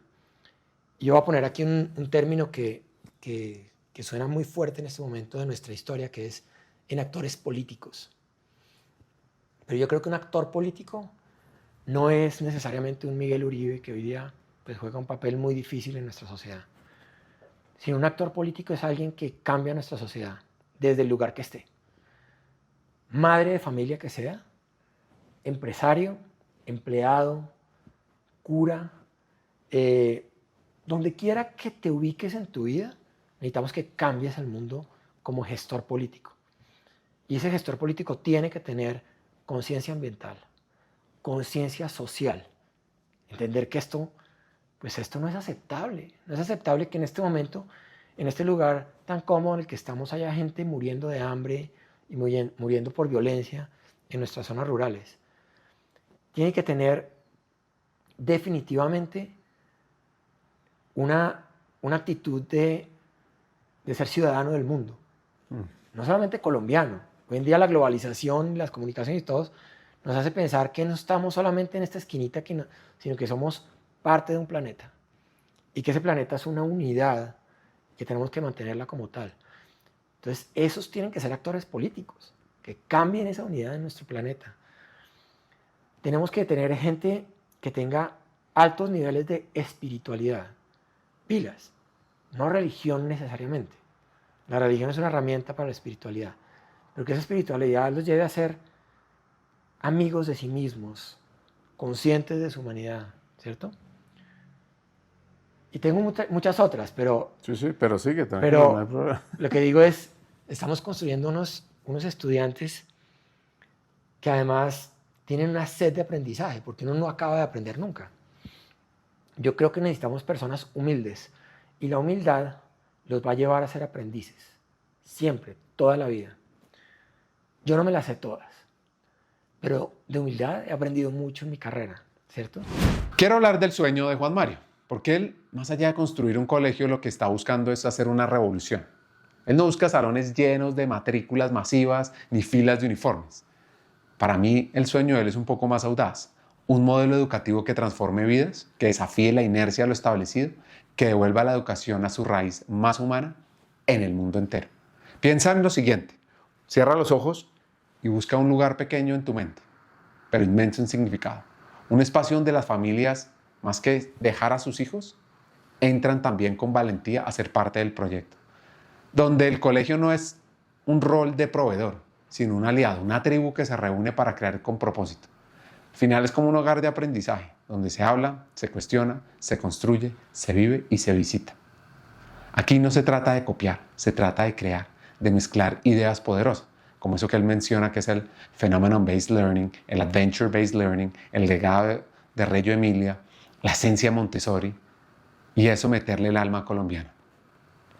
Ojalá Juan Mario logre potenciar su modelo, que llegue a otras ciudades, que llegue a otros países, a otros educadores. Por eso, este es un llamado también a padres valientes, a profesores y profesoras dispuestos a apostar su talento en algo que valga la pena, a gente que no le tema al riesgo de pensar distinto, que su sueño incluso no quepa en un salón, sino que al final lo esté viendo como una semilla de país. Y les cuento, ya empezó a germinar. Hay un tema de liderazgo que me parece que es clave hablarlo de los campamentos, pero es devolvernos. Sí, pero hablemoslo. Pero es muy rápido y es entender en dónde está el esfuerzo de transformación que tiene un campamento. Y curiosamente no está en los niños que van al campo. Los niños que van al campo son el medio para lograr grandes cosas. Y los niños que vuelven de Cajuyalí Camp, después de una temporada de vacaciones, han estado aquí, pasado increíble, felices, y llegan a un nivel de conciencia de algunas cosas, pero no suben mucho más de allá, lamentablemente. A pesar de que el tiempo es largo, son 15 días, pues son 2 semanas. Pero es el staff. El staff que tiene entre 17 y 24 años, que invierte en sus vacaciones para ir a trabajar y ganar dinero, son como el servicio chulo de la Sí, de la miniteca. Es un gana-gana, porque ellos, además de ganar dinero, el trabajo que hacen, están desarrollando ya unas destrezas de liderazgo, que son las que precisamente estábamos también hablando, que son tan preciadas en los procesos de reclutamiento de talento que tienen las empresas privadas. Allá desarrollan esa tensión necesaria para convertirse en mejores personas. Entonces, si me preguntas cuál es el proyecto social detrás de Cajuyalí, está enfocado específicamente en niños que están entre los 16 y los 24 años, más que los niños en edad escolar. Sí. ¿Sí? Curioso, ¿no? Pero eso lo descubrimos con el tiempo. Sin embargo, si no existiera esta plataforma de niños haciendo lo que hacen, viviendo las experiencias que viven, pues no podríamos hacer lo otro, ¿ya? Entonces es muy bonito. Y al final son esos nuevos liderazgos los que se necesitan. Sí. Sí, y el mundo ha cambiado mucho. Yo creo que esos jóvenes hoy día son otros, ¿no? No son los que pintamos la pared de la 100 con 15, son otras personas, tienen otros intereses, se comunican diferente, tienen unos aparatos de interconectividad que van a toda velocidad. Pero así como van de rápido, también aprenden de rápido, son maquinitas.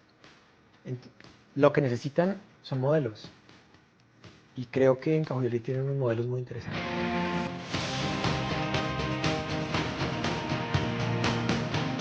Para cerrar el episodio, qué mejor que 5 hacks. Estuvo difícil la selección, pero aquí van. El primero, la educación también es territorio. Juan Mario lo está demostrando, llevando a jóvenes a distintas esquinas de Colombia, a que se conecten, a que tengan una mirada fresca, a que empaticen y a que entiendan que el país es complejo y vibrante.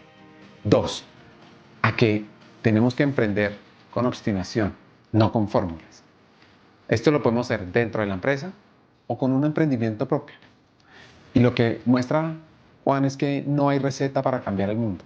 Lo que sí ve uno es una alta convicción, terquedad y mucha autenticidad. Tercero, educar es co-crear, no imponer. El modelo que sueña Juan Mario no se construye desde el deber, desde la norma, desde la regla, sino desde el deseo compartido. 4, Colombia puede. Colombia necesita este tipo de iniciativas. Y cada uno de nosotros puede ser parte de algo más grande que puede transformar. Y por último, un mensaje muy simple, y es: formemos a las nuevas generaciones, a los nuevos líderes. Formémonos nosotros mismos y conectemos, porque así, con cada una de esas pequeñas acciones, cambiamos el futuro. Hasta un siguiente episodio y sigamos hackeando el talento.